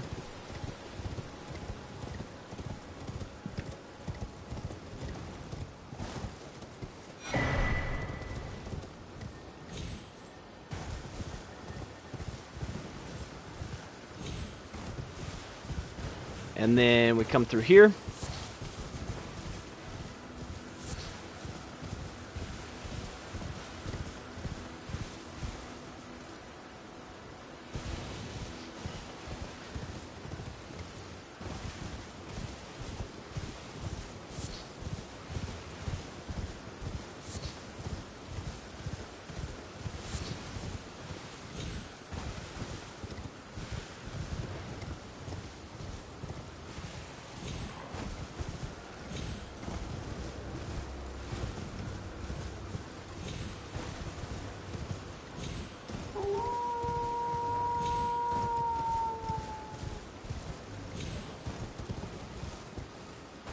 And then at this point, we actually, you just keep following that path. It's kind of only one way you can go. And then eventually what'll actually happen is you'll come out right here, which if we come along here, it's hidden back here somewhere. This right here is actually where you come out of Stormvale Castle after killing Godric. So you pretty much bypass those two boss fights by just going around here. And obviously you're going to be under-leveled a bit for this area by coming around here, but you'll be able to get more items this way. So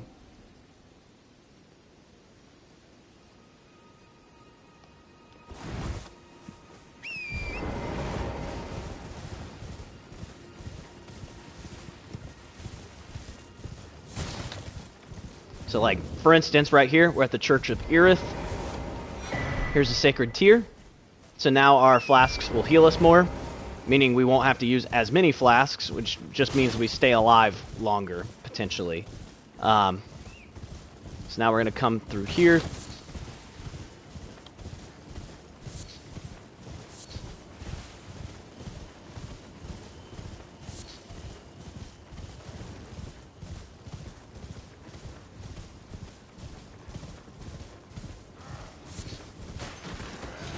Alright, we're just going to run past these guys. I didn't grab that book, but that's alright. I don't typically craft a whole lot of things, so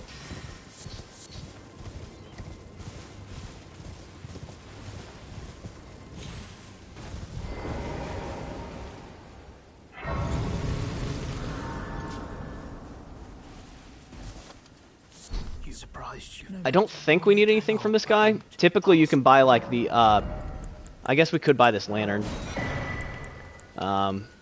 He sells a few smithing stones. Why not? We'll need them eventually anyways, so... And then this lantern we can go ahead and put on our hotbar here. There we go.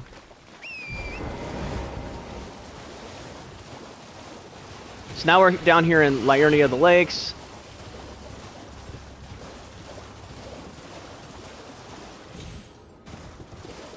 Need to lure these guys away from that map fragment, so that way we can then go back and grab it. There we go.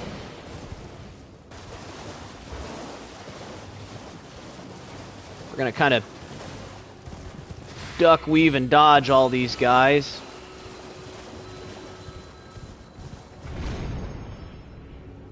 There we go. Okay, so we're not doing that. That'll get us murdered, and we don't need that. We don't need that ability.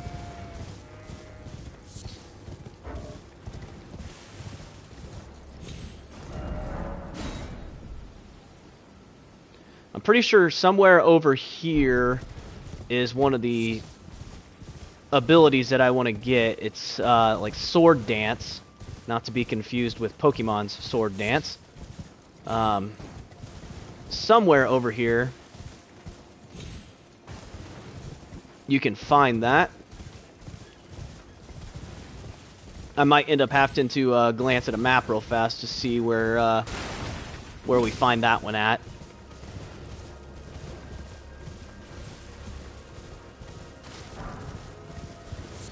Basically, we're just going to keep running through here. We have to kind of keep going this way anyways.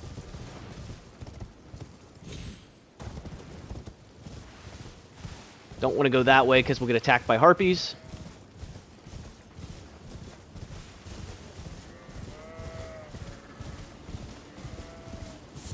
I'm pretty sure there's a site of grace over here. Somewhere close.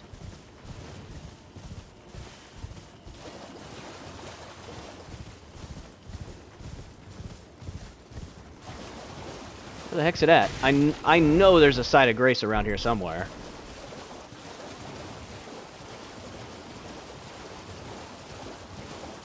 I don't want to keep venturing too far without a site of grace. I mean, I guess it'll be alright. Just run past everything.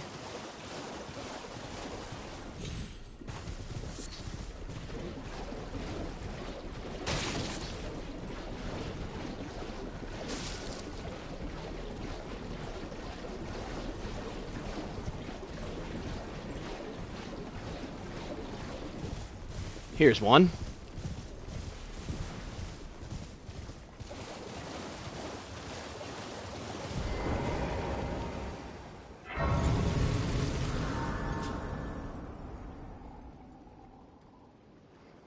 Let me double check where this is at real fast.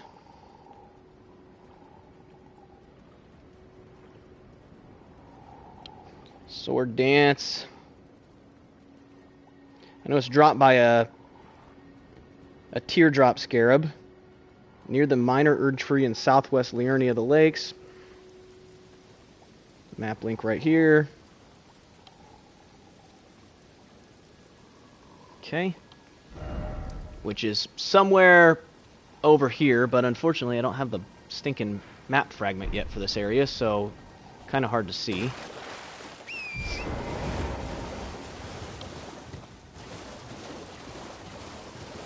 I have a general idea of where it's at, so we essentially just need to keep heading west.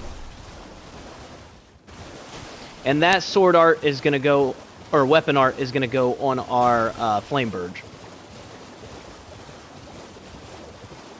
So it should be right over here.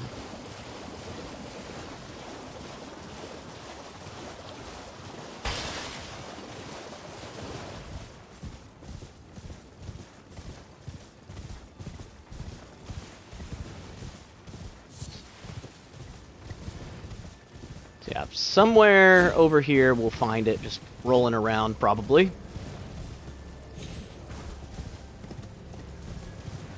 Well, here's a site of grace, so at least we'll have that just in case. And then basically what we're going to do from here is we're going to get that. We're going to go over to the Academy Gates area, and we'll get the there's another golden seed over there. And then we can go fight God or Margit from there if we want to, or we can go to the Altus Plateau and get, because we have the medallion, lift medallion, we can go to the Altus Plateau and get the remaining seeds to get more flasks. Now this thing is supposed to be over here somewhere. Okay, it's on the west side of this tree, so...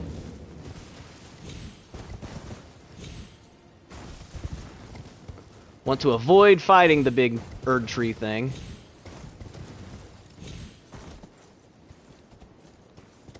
Should be around here somewhere.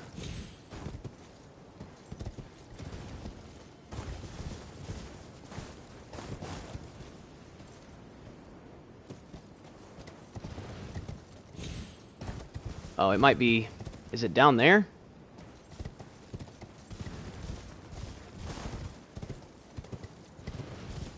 I bet you it's down there.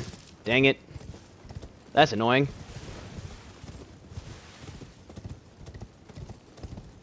Yeah, we can survive that fall.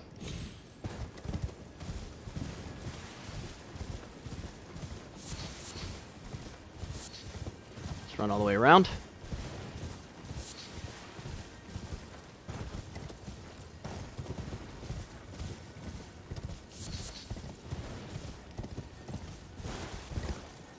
I think I hear it.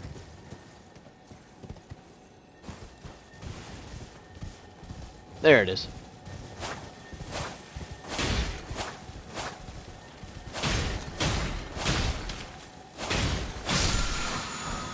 There we go. Sword dance. So we can put that on our Flameberg, and that'll help it out. And eventually, when we get the black wet blade, we can turn that Flameberg into an occult scaling one. So it scales with arcane, and it'll scale with our dexterity, so it'll go really well with this build, actually. So now what we need to do is run back across here. We're actually probably pretty close to the map fragment.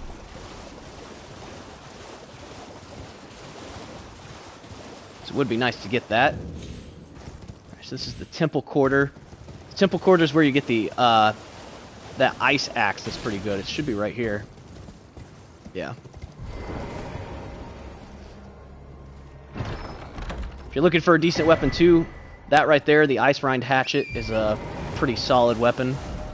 It's got Hoarfrost Stomp on it, which is a pretty strong ability.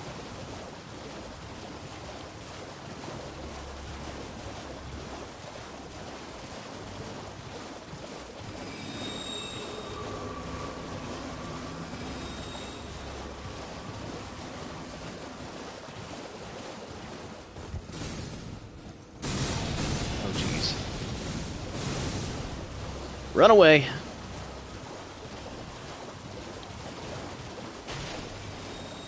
Alright, so that right up there is the Academy Gate to go into the Academy, which means we're really close to where we need to be.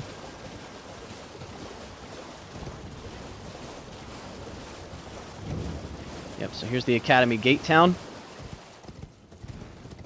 Now there'll be a tree over here, I believe. Yep. So we grab that golden seed right there, and then there will be another resting point over here by where this map fragment is. So if we grab this map fragment, we're on the right way.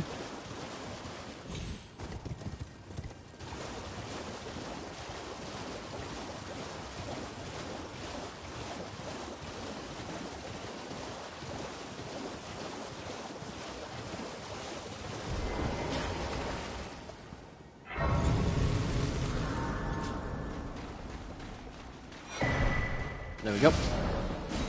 Alright, so now we can actually kind of see where we're going here. So we're going to discover this Site of Grace that's over here, because it's a little bit closer to the Rose Church, which we're going to need later for getting to our best grinding spot.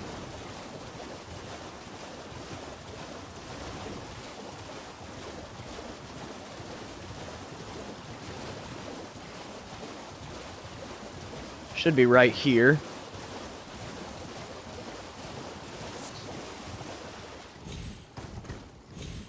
Yep.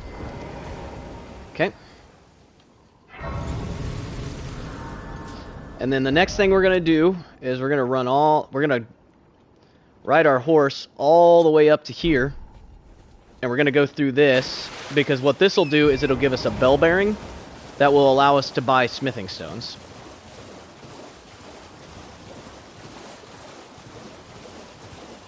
So even though this is a bit of a run, it's well worth it if we can get through, because we'll be able to buy as many smithing stones as we need.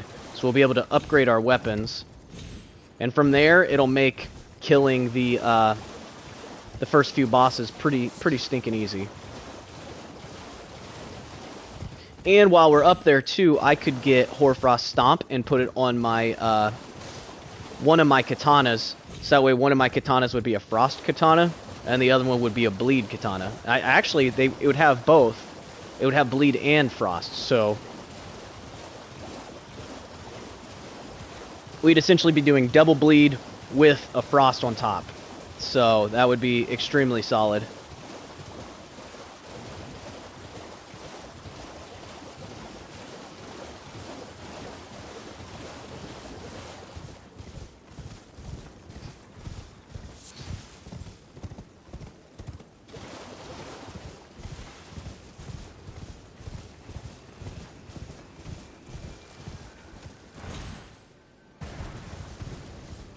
Don't mind me, jellyfish. I'm just running right on by.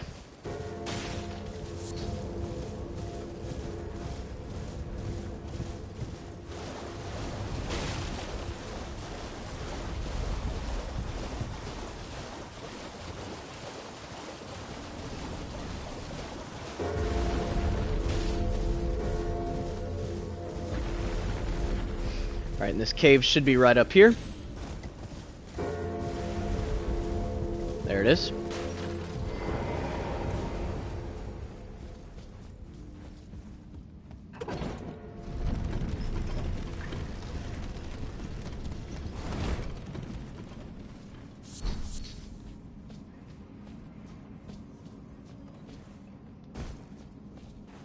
We just drop down here.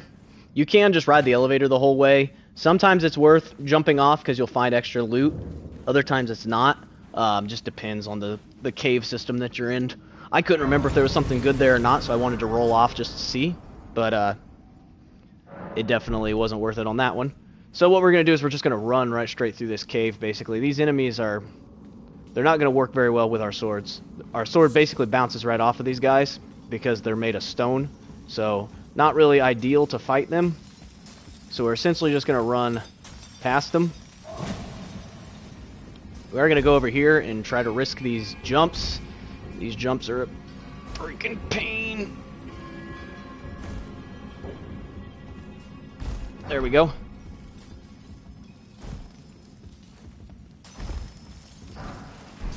Alright. And we're back. Okay, cool. Got that on the first try. Sometimes it takes a couple attempts. So we're just going to run right past these guys. No reason to fight them. They don't really give that many ruins. And essentially that's going to be the theme of this cave, is just to run past people. Should be a smithing stone around this corner. Could you not do that? There we go.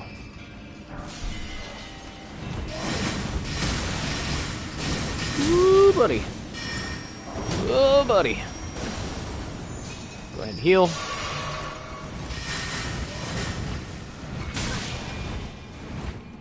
Keep on dodging. Go down here. And there we go. So this one is worth jumping off because you can get an extra somber smithing stone.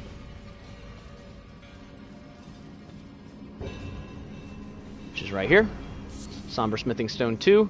And you just have to very carefully drop down here. You can actually see the final boss all the way down there. That purple guy that's sitting there at the bottom is the final boss for this area. So now we have to drop to here. There we go. Very carefully run across this beam without falling.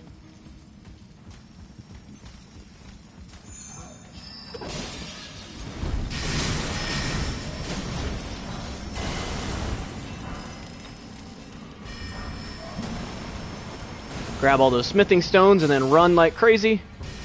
There's a dagger in there, I think. One of them has a dagger, one of them has a rune arc. I never use those, so... Zigzag. Run right straight through here and grab all these. And then keep running.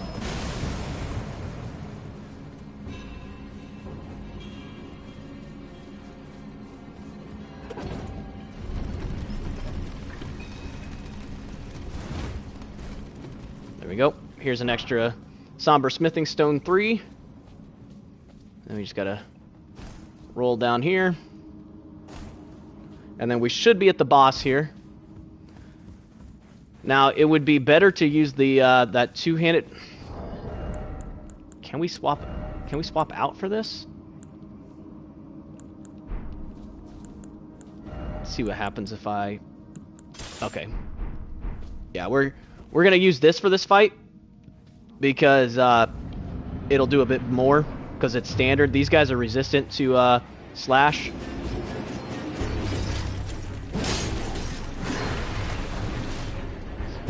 And we're going to use these jump attacks in charged R2s. Alright, we win. Once you break their poise, you can just stun lock them.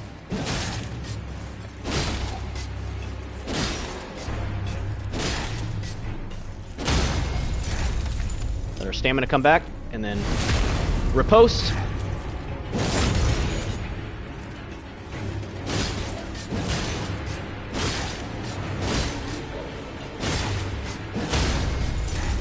And riposte. There we go. Easy as that. So now we have the Smithing Stone Miner's Bell Bearing, and that'll allow us to buy as many smithing stones as we want.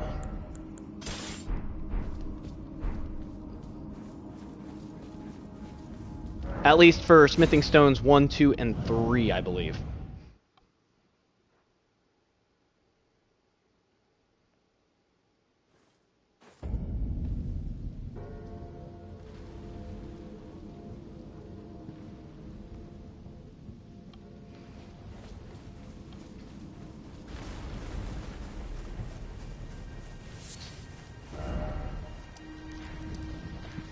Alright, so now we can go back to the Table of Lost Grace, and we can turn in that that bell bearing, and that will allow us to buy as many smithing stones as we need.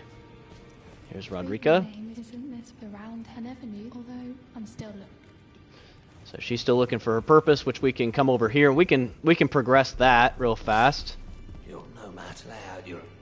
So about Rodrika. She has a sword in her eye.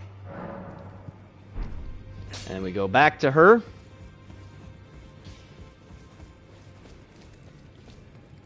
So I'm still looking. Your dad, I don't believe. If I do, I suppose I'll ask him. Certainly, I know I can tell. Okay, and then back to him again. Back already, no matter. The girl.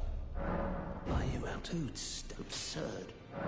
I refuse. I don't dare. There we go. Okay. So that sets us up to be able to do the spirit tuning to better our spirit summons. And then if we come over here to this, we can offer this bell bearing. And then now we can buy smithing stones 1 and 2, as many as we want. It takes 6 per... No, it takes 12. 12 per weapon to get it to the next one, because it's what? No, it's 1, 2, and 6 or something like that. I don't know. I think it's 12. Let's go check and see. It's been a minute before I've done that, or not before. It's been a minute since I've done this. I think it's 12. Because I think it's 2, 4, and 6. No matter. Or is it 10? Yeah, it's 12 of them. So we could go 2, 4, and 6. So now our Uchigatana is level 3. So now it does a decent amount more damage.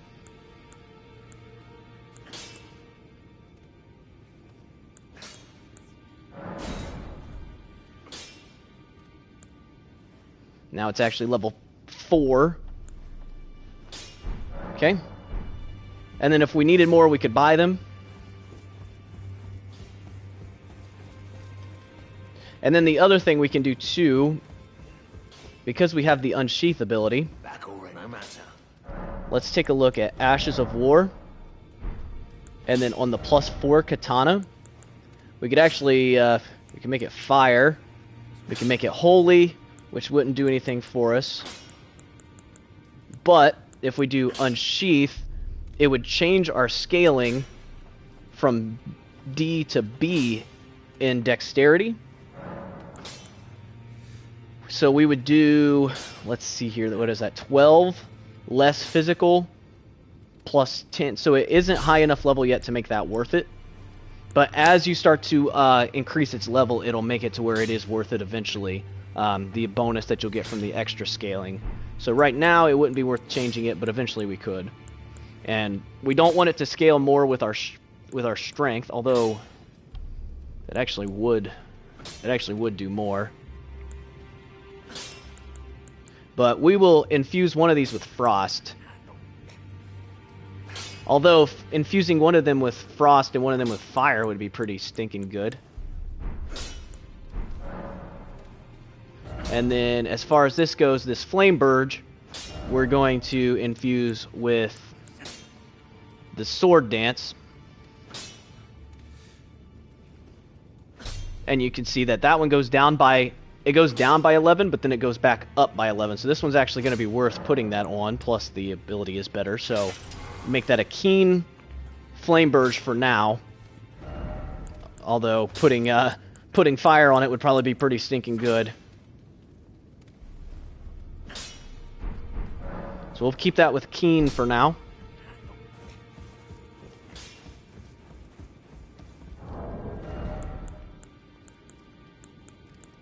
And then let's see here. How much more is it for a heavy load? That's 3 and it doesn't put it as at heavy load. That's 4 and it doesn't put it as at heavy load. And that's 10.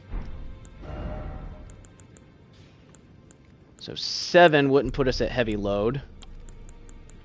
I'm just kind of equipping stuff for now to see like where it would put us at heavy load.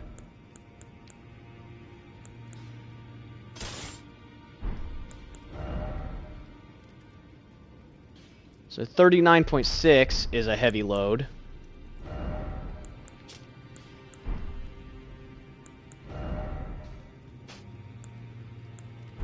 .1 is heavy.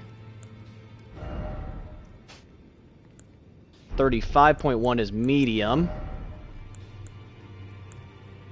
36 is still medium. Okay, so gonna remove that, remove that. And how much does that put us up to? 37. So yeah, we should only need like a couple points in our endurance and we would be able to equip this Flame Burge. Alright, so from here, we're going to go ahead and, I mean, like I said, we could potentially go all the way up here to this lift, and we could go to the Altus Plateau, but we haven't fought anything in a while, so let's go ahead and, let's kill Margit. Let's go ahead and fight Margit. Now, just to make it a little bit easier, if you really want it to be as easy of a playthrough as possible, you can come back in here now that we have Rodrika available. Good to see. I have you to thank. I can have I'm as yet, but and if there's so now she can do. So now she can do spirit tuning, and we can spirit tune this jellyfish up to +1. We don't have +2 yet, but it'll make it slightly stronger, so it'll survive a little bit longer. Which, against Margit will be nice, because all we have to do is basically stay alive and keep the jellyfish alive long enough to poison him, and then you can pretty much win from there.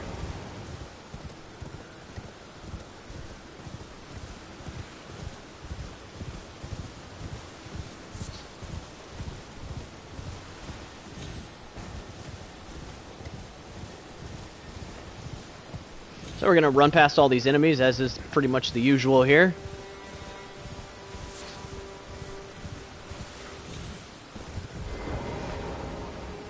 We'll go rest at this site of grace.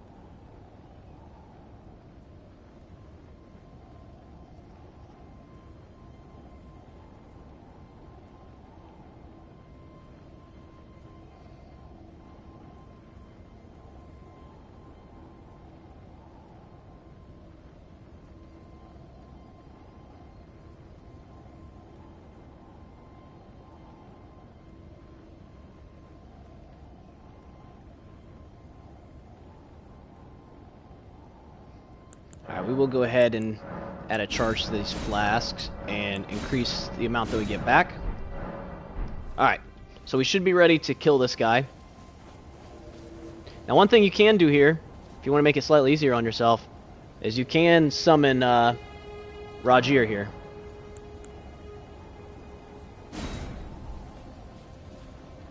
So, Margit will have twice as much health, but Rajir will help keep the heat off of you, basically.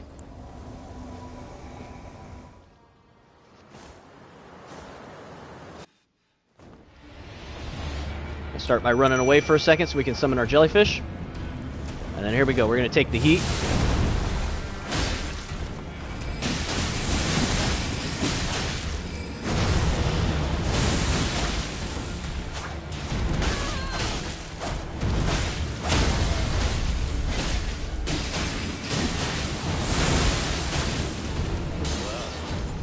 He's already at half health.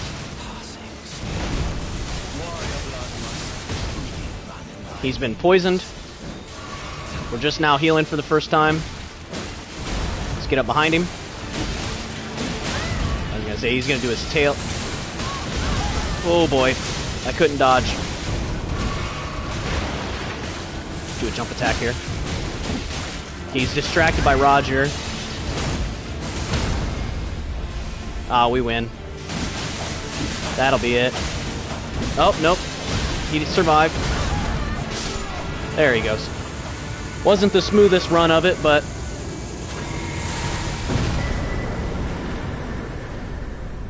I shall remember thee, tarnished, smouldering with thy meager flame. Cower in fear of the night. The hands of the fell omen shall brook thee no quarter.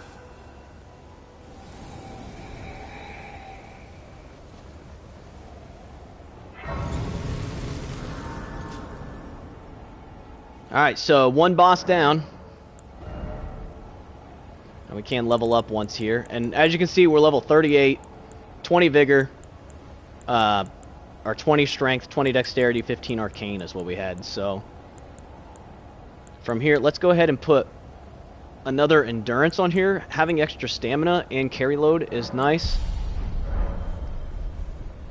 And then I should, hopefully, be able to... Yeah, there we go. So now we can actually put the Flameberg on here. Flameberge, however you pronounce it. So now we actually have this as an option to switch to.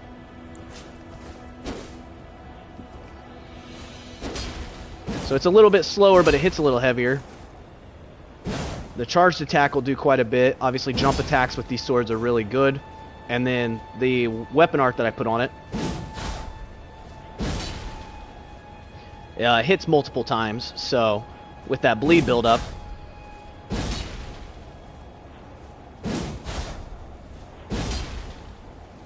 Should end up coming in handy.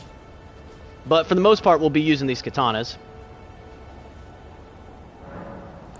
Now, one thing we do need to do here, too, is... Alright, so Flame Grant Me Strength requires 15 Faith.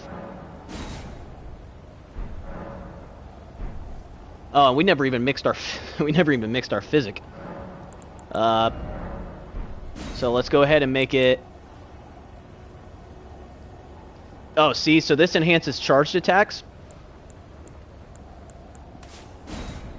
And then boosts stamina or recover health. We'll do the stamina.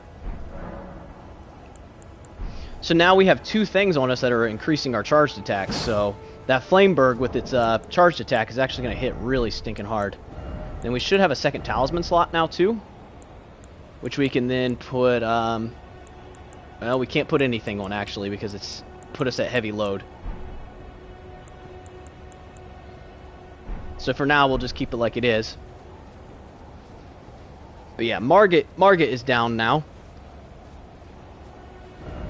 And then, let's see here. I think I will go ahead and go get Hoarfrost Stomp. Oh, crap. Let's see here. We should be able to just come up out of this. Yep. We'll go get Hoarfrost Stomp and we'll put it on our one katana because then we'll have Bleed and Frost.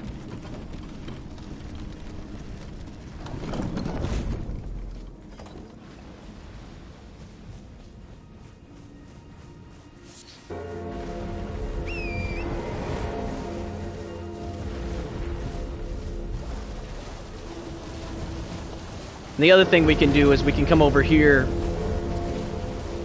and we can at least open up the ability to come up to this lift. So jump here. And it'll take you all the way up. There we go.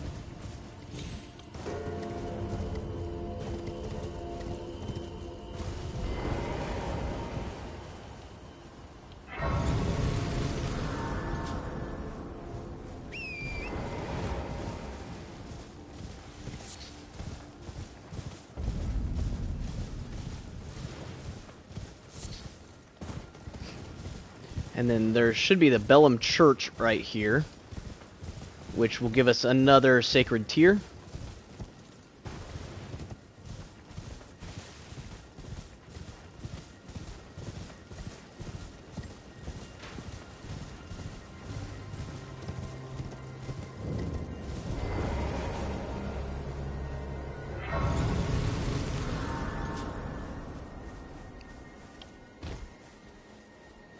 We can grab that.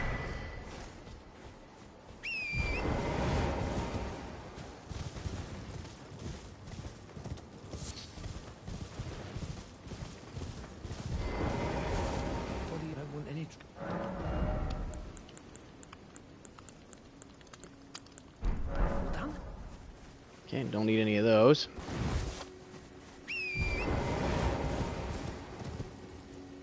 Alright, so we need to... We're gonna have to run around because we can't jump to there. We can't jump down here yet because it's too high up.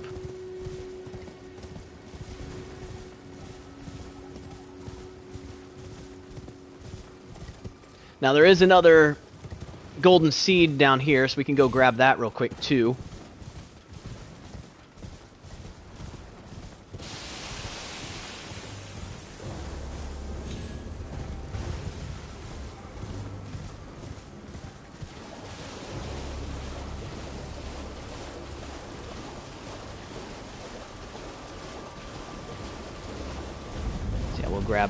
Grab this right here.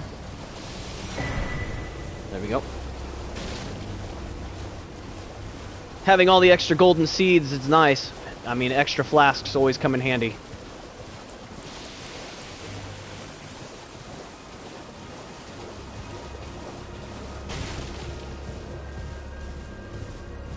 So at this point, we're what? We're like 2 hours in? Yeah.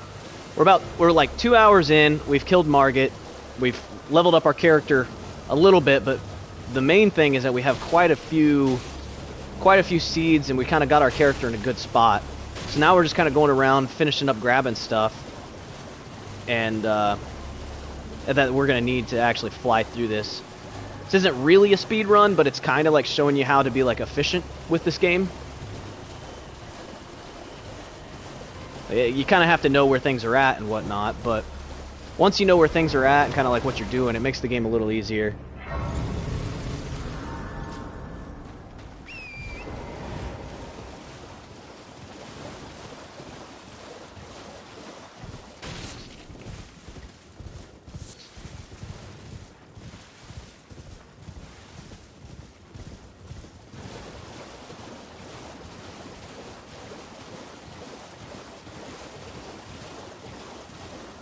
We should be able to run up here. We're just going to have to watch out for the spells that are going to be trying to kill us.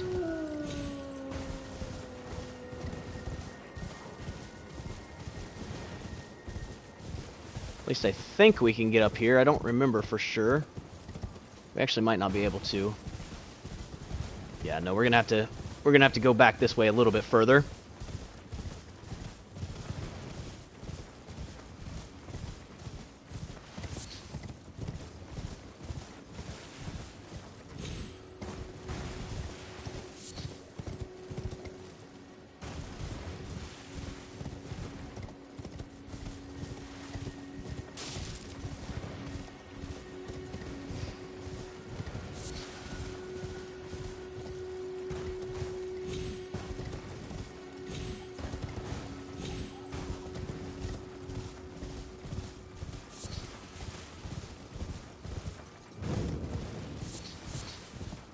Alright, so we just gotta fly through here. Once again, not really fighting any of these guys. There's some invisible people here, but not really worth fighting.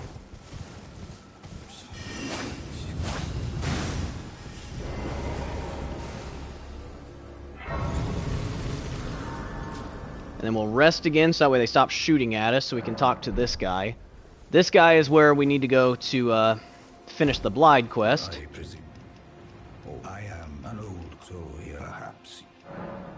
And then, please take care. Skip through those. Talk to him. When the rain after Levkarian, I conject his wife unless you wish. And then Blide sent me. Quite aware, perhaps he's at any rate. I've some. And then now, when you go in here to purchase, you can buy the Carrion Filgrest Creed. Or Filigreed Crest. My gosh, that was a mouthful. 5,000 ruins, but it lowers the FP consumed by skills. So, really nice to have. You can also buy unlimited Somber Smithing Stone 1 and 2s from him. So he's really useful to have.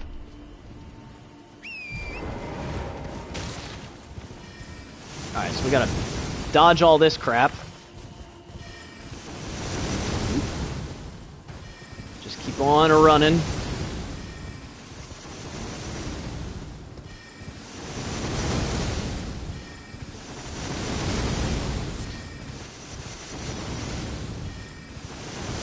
It's not hard to dodge it until you get like close, and then they like summon it like right on your stinking head. Yep, like that. There we go. Alright, we still made it.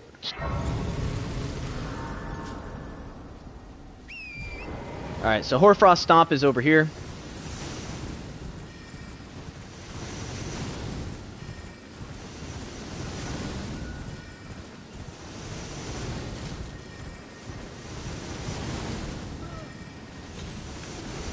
It's this invisible scarab that's right here.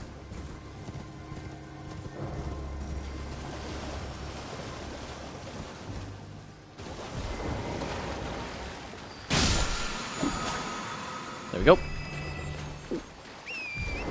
So now, once we get back to a resting place, we can put the Hoarfrost Stomp on one of our swords.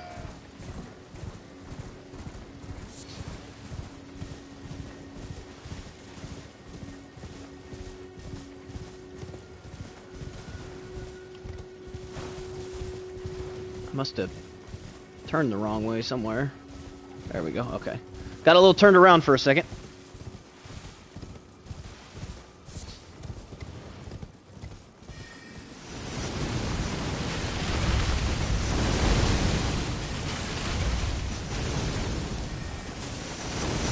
Ah.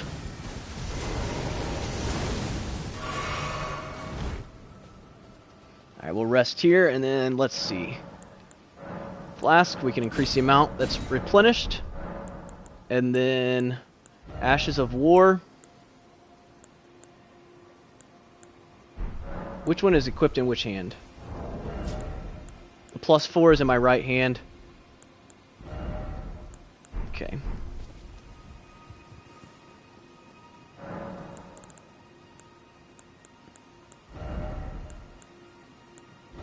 So I think it would be this one that we would put it on then. So yeah, causes frost buildup of 66 and causes blood loss buildup of 38. We would lose... We wouldn't actually lose any damage, so actually this would be perfectly fine. Or we can just keep it as standard, but I think we would rather have the cold, yeah. So, cold Uchigatana and a regular Uchigatana.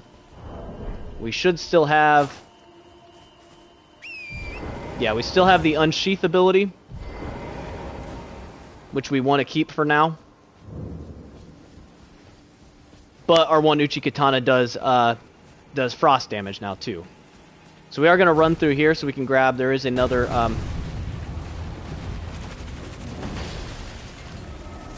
there is another one of these golden seeds in here. Oh crap. Oh boy.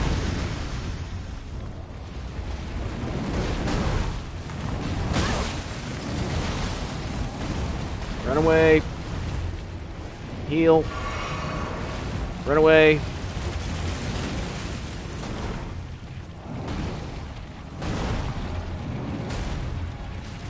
I forgot that the hands hide in the ground.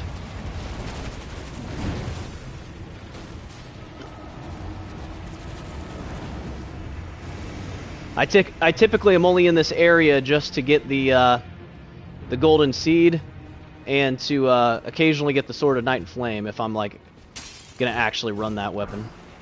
There's a Smithing Stone 4.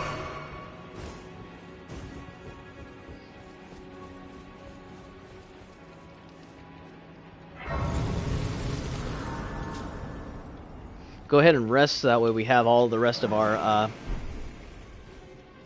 flasks here, because this spot can get a little iffy.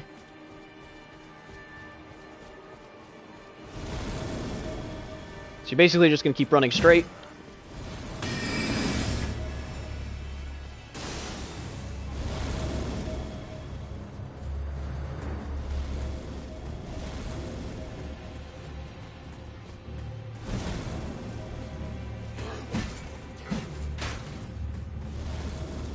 Yep. Keep dodging these guys. Up the lift we go.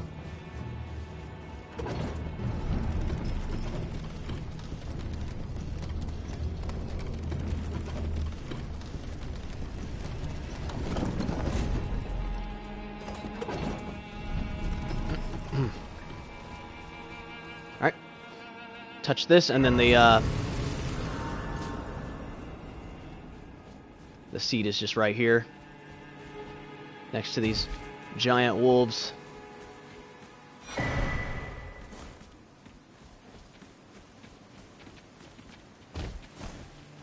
then we don't need to really go any further in there. You could go and fight that next boss and whatnot, but there's no reason for us to do that right now.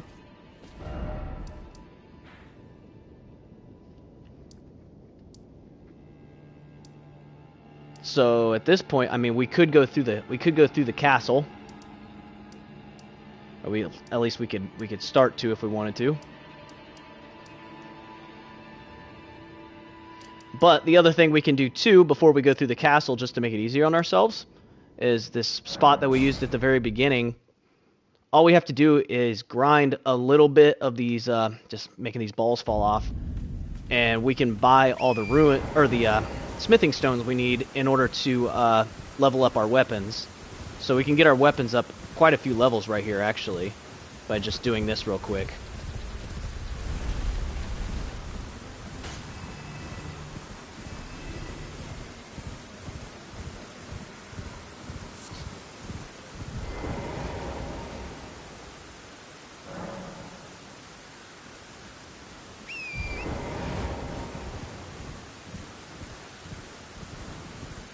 We should only have to do this a few times. We'll get a few thousand ruins. Try to get up to like 10,000 or so, just to be sure. Don't want to be in the middle of it and have to come back.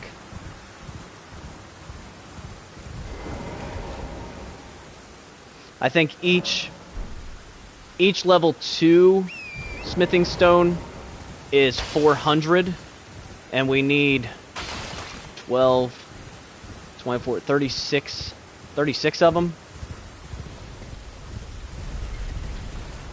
So 12,000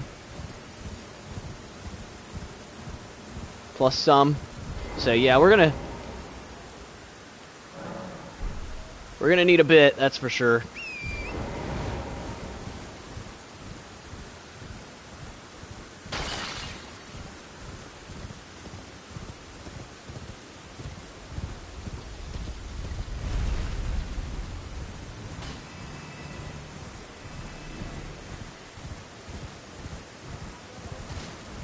So we're up to 8,000 now, which would be 20 of those, which almost would do 2 swords.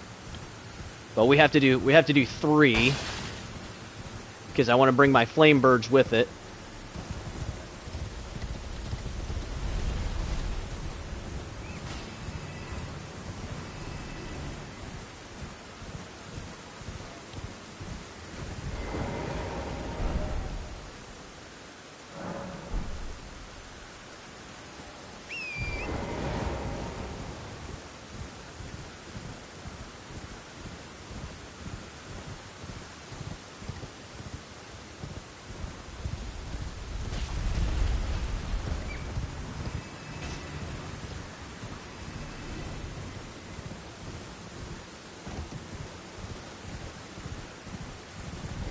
We're just kind of grinding it up here a little bit.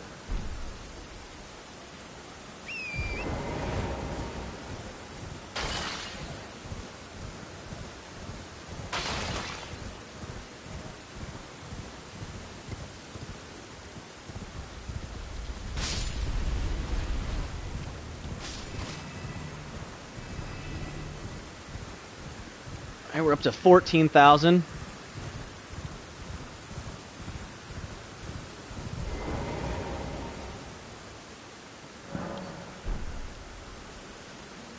So we would have enough now to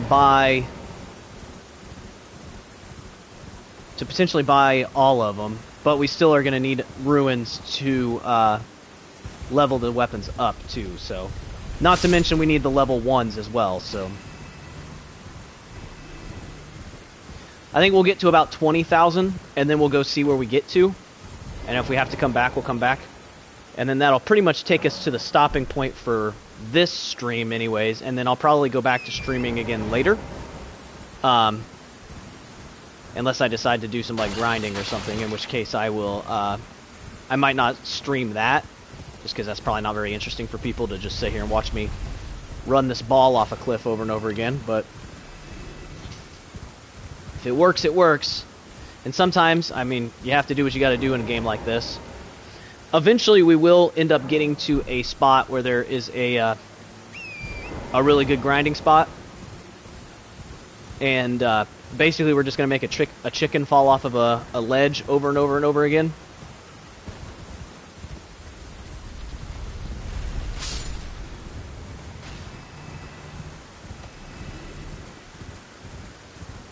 Alright, so we got 20,000 ruins now. So let's go back here to the Table of Lost Grace, and we'll go buy these. So we need this sword. This sword hasn't even been leveled up, so we're gonna need 12 for it. I forgot that I'd leveled this one up, so we're not gonna need as many. We need 12 for this. So we need 12 plus another 12, so 24. And then 24.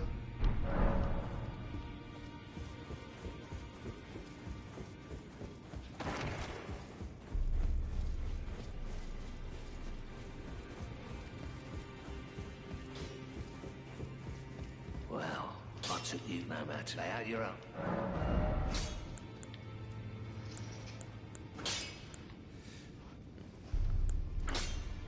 And then let's see here. So this would take this to level 5, and then level 6. And then let's see here.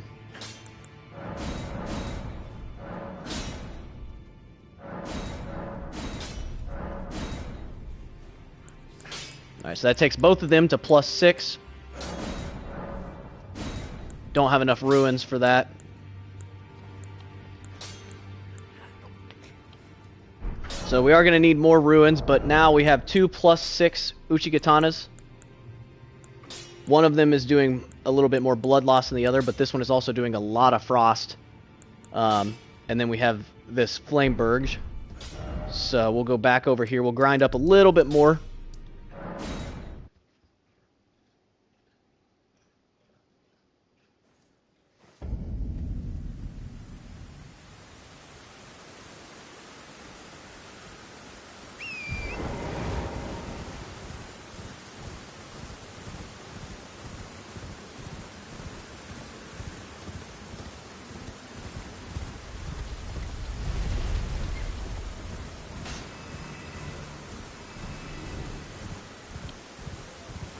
So yeah, definitely a little bit of grinding happening here, but that's fine.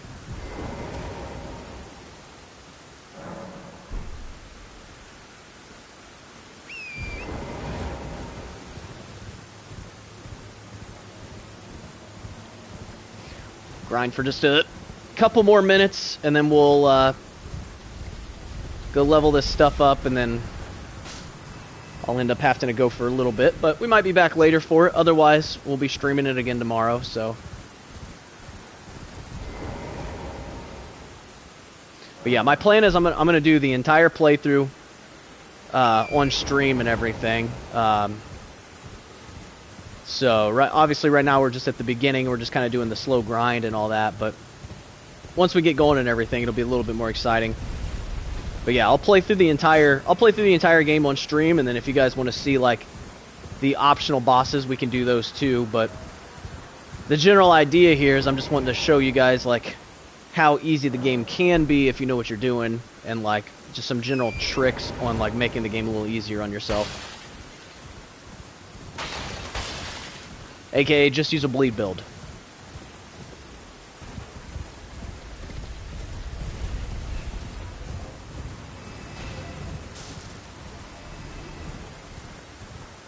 Alright, that should be enough.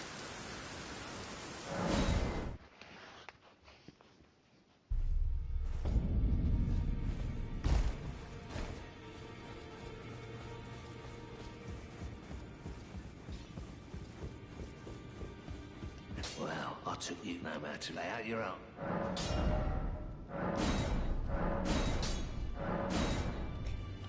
Alright, so we have 4. It's 3 and then 6. So we need 5 more.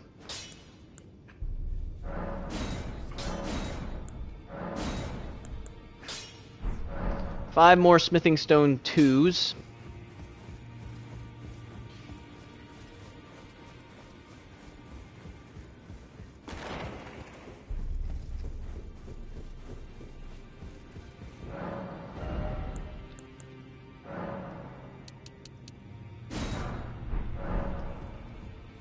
I doubt we're going to be able to, I mean, I know for a fact we're not going to be able to level it up twice. I mean, we might be able to squeak out this one. I guess we could use these ruins we have. Oh yeah, so we ain't even going to be able to get that one. And we're actually... we're going to be short. That's fine. But it's going up to 150 plus 62. And then these are at 175 plus 52. Oh, wait, no, it's 168 plus 49. So like 200 and something. And then 200 and something. So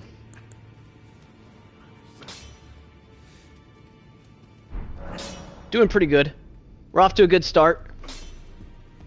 But yeah, when we come back on the next stream, we'll pick it up and we'll start to, I'll do just a little bit of grinding off stream just to finish leveling up these weapons, because I'm going to have to chase that ball off the cliff a couple more times. And then from there, we'll go through the castle, and we'll kill Godric, and then we'll be on to Renala. We should be able to fly through those pretty quick, but after we kill Godric, we can get our grinding spot, and we'll be able to fly through the levels really fast. So yeah, stay tuned for that. But yeah, hopefully you guys enjoyed this stream today. I appreciate you guys being here, and yeah, I hope to see you guys in the next one. So until then, take care, guys. Catch you in the next one.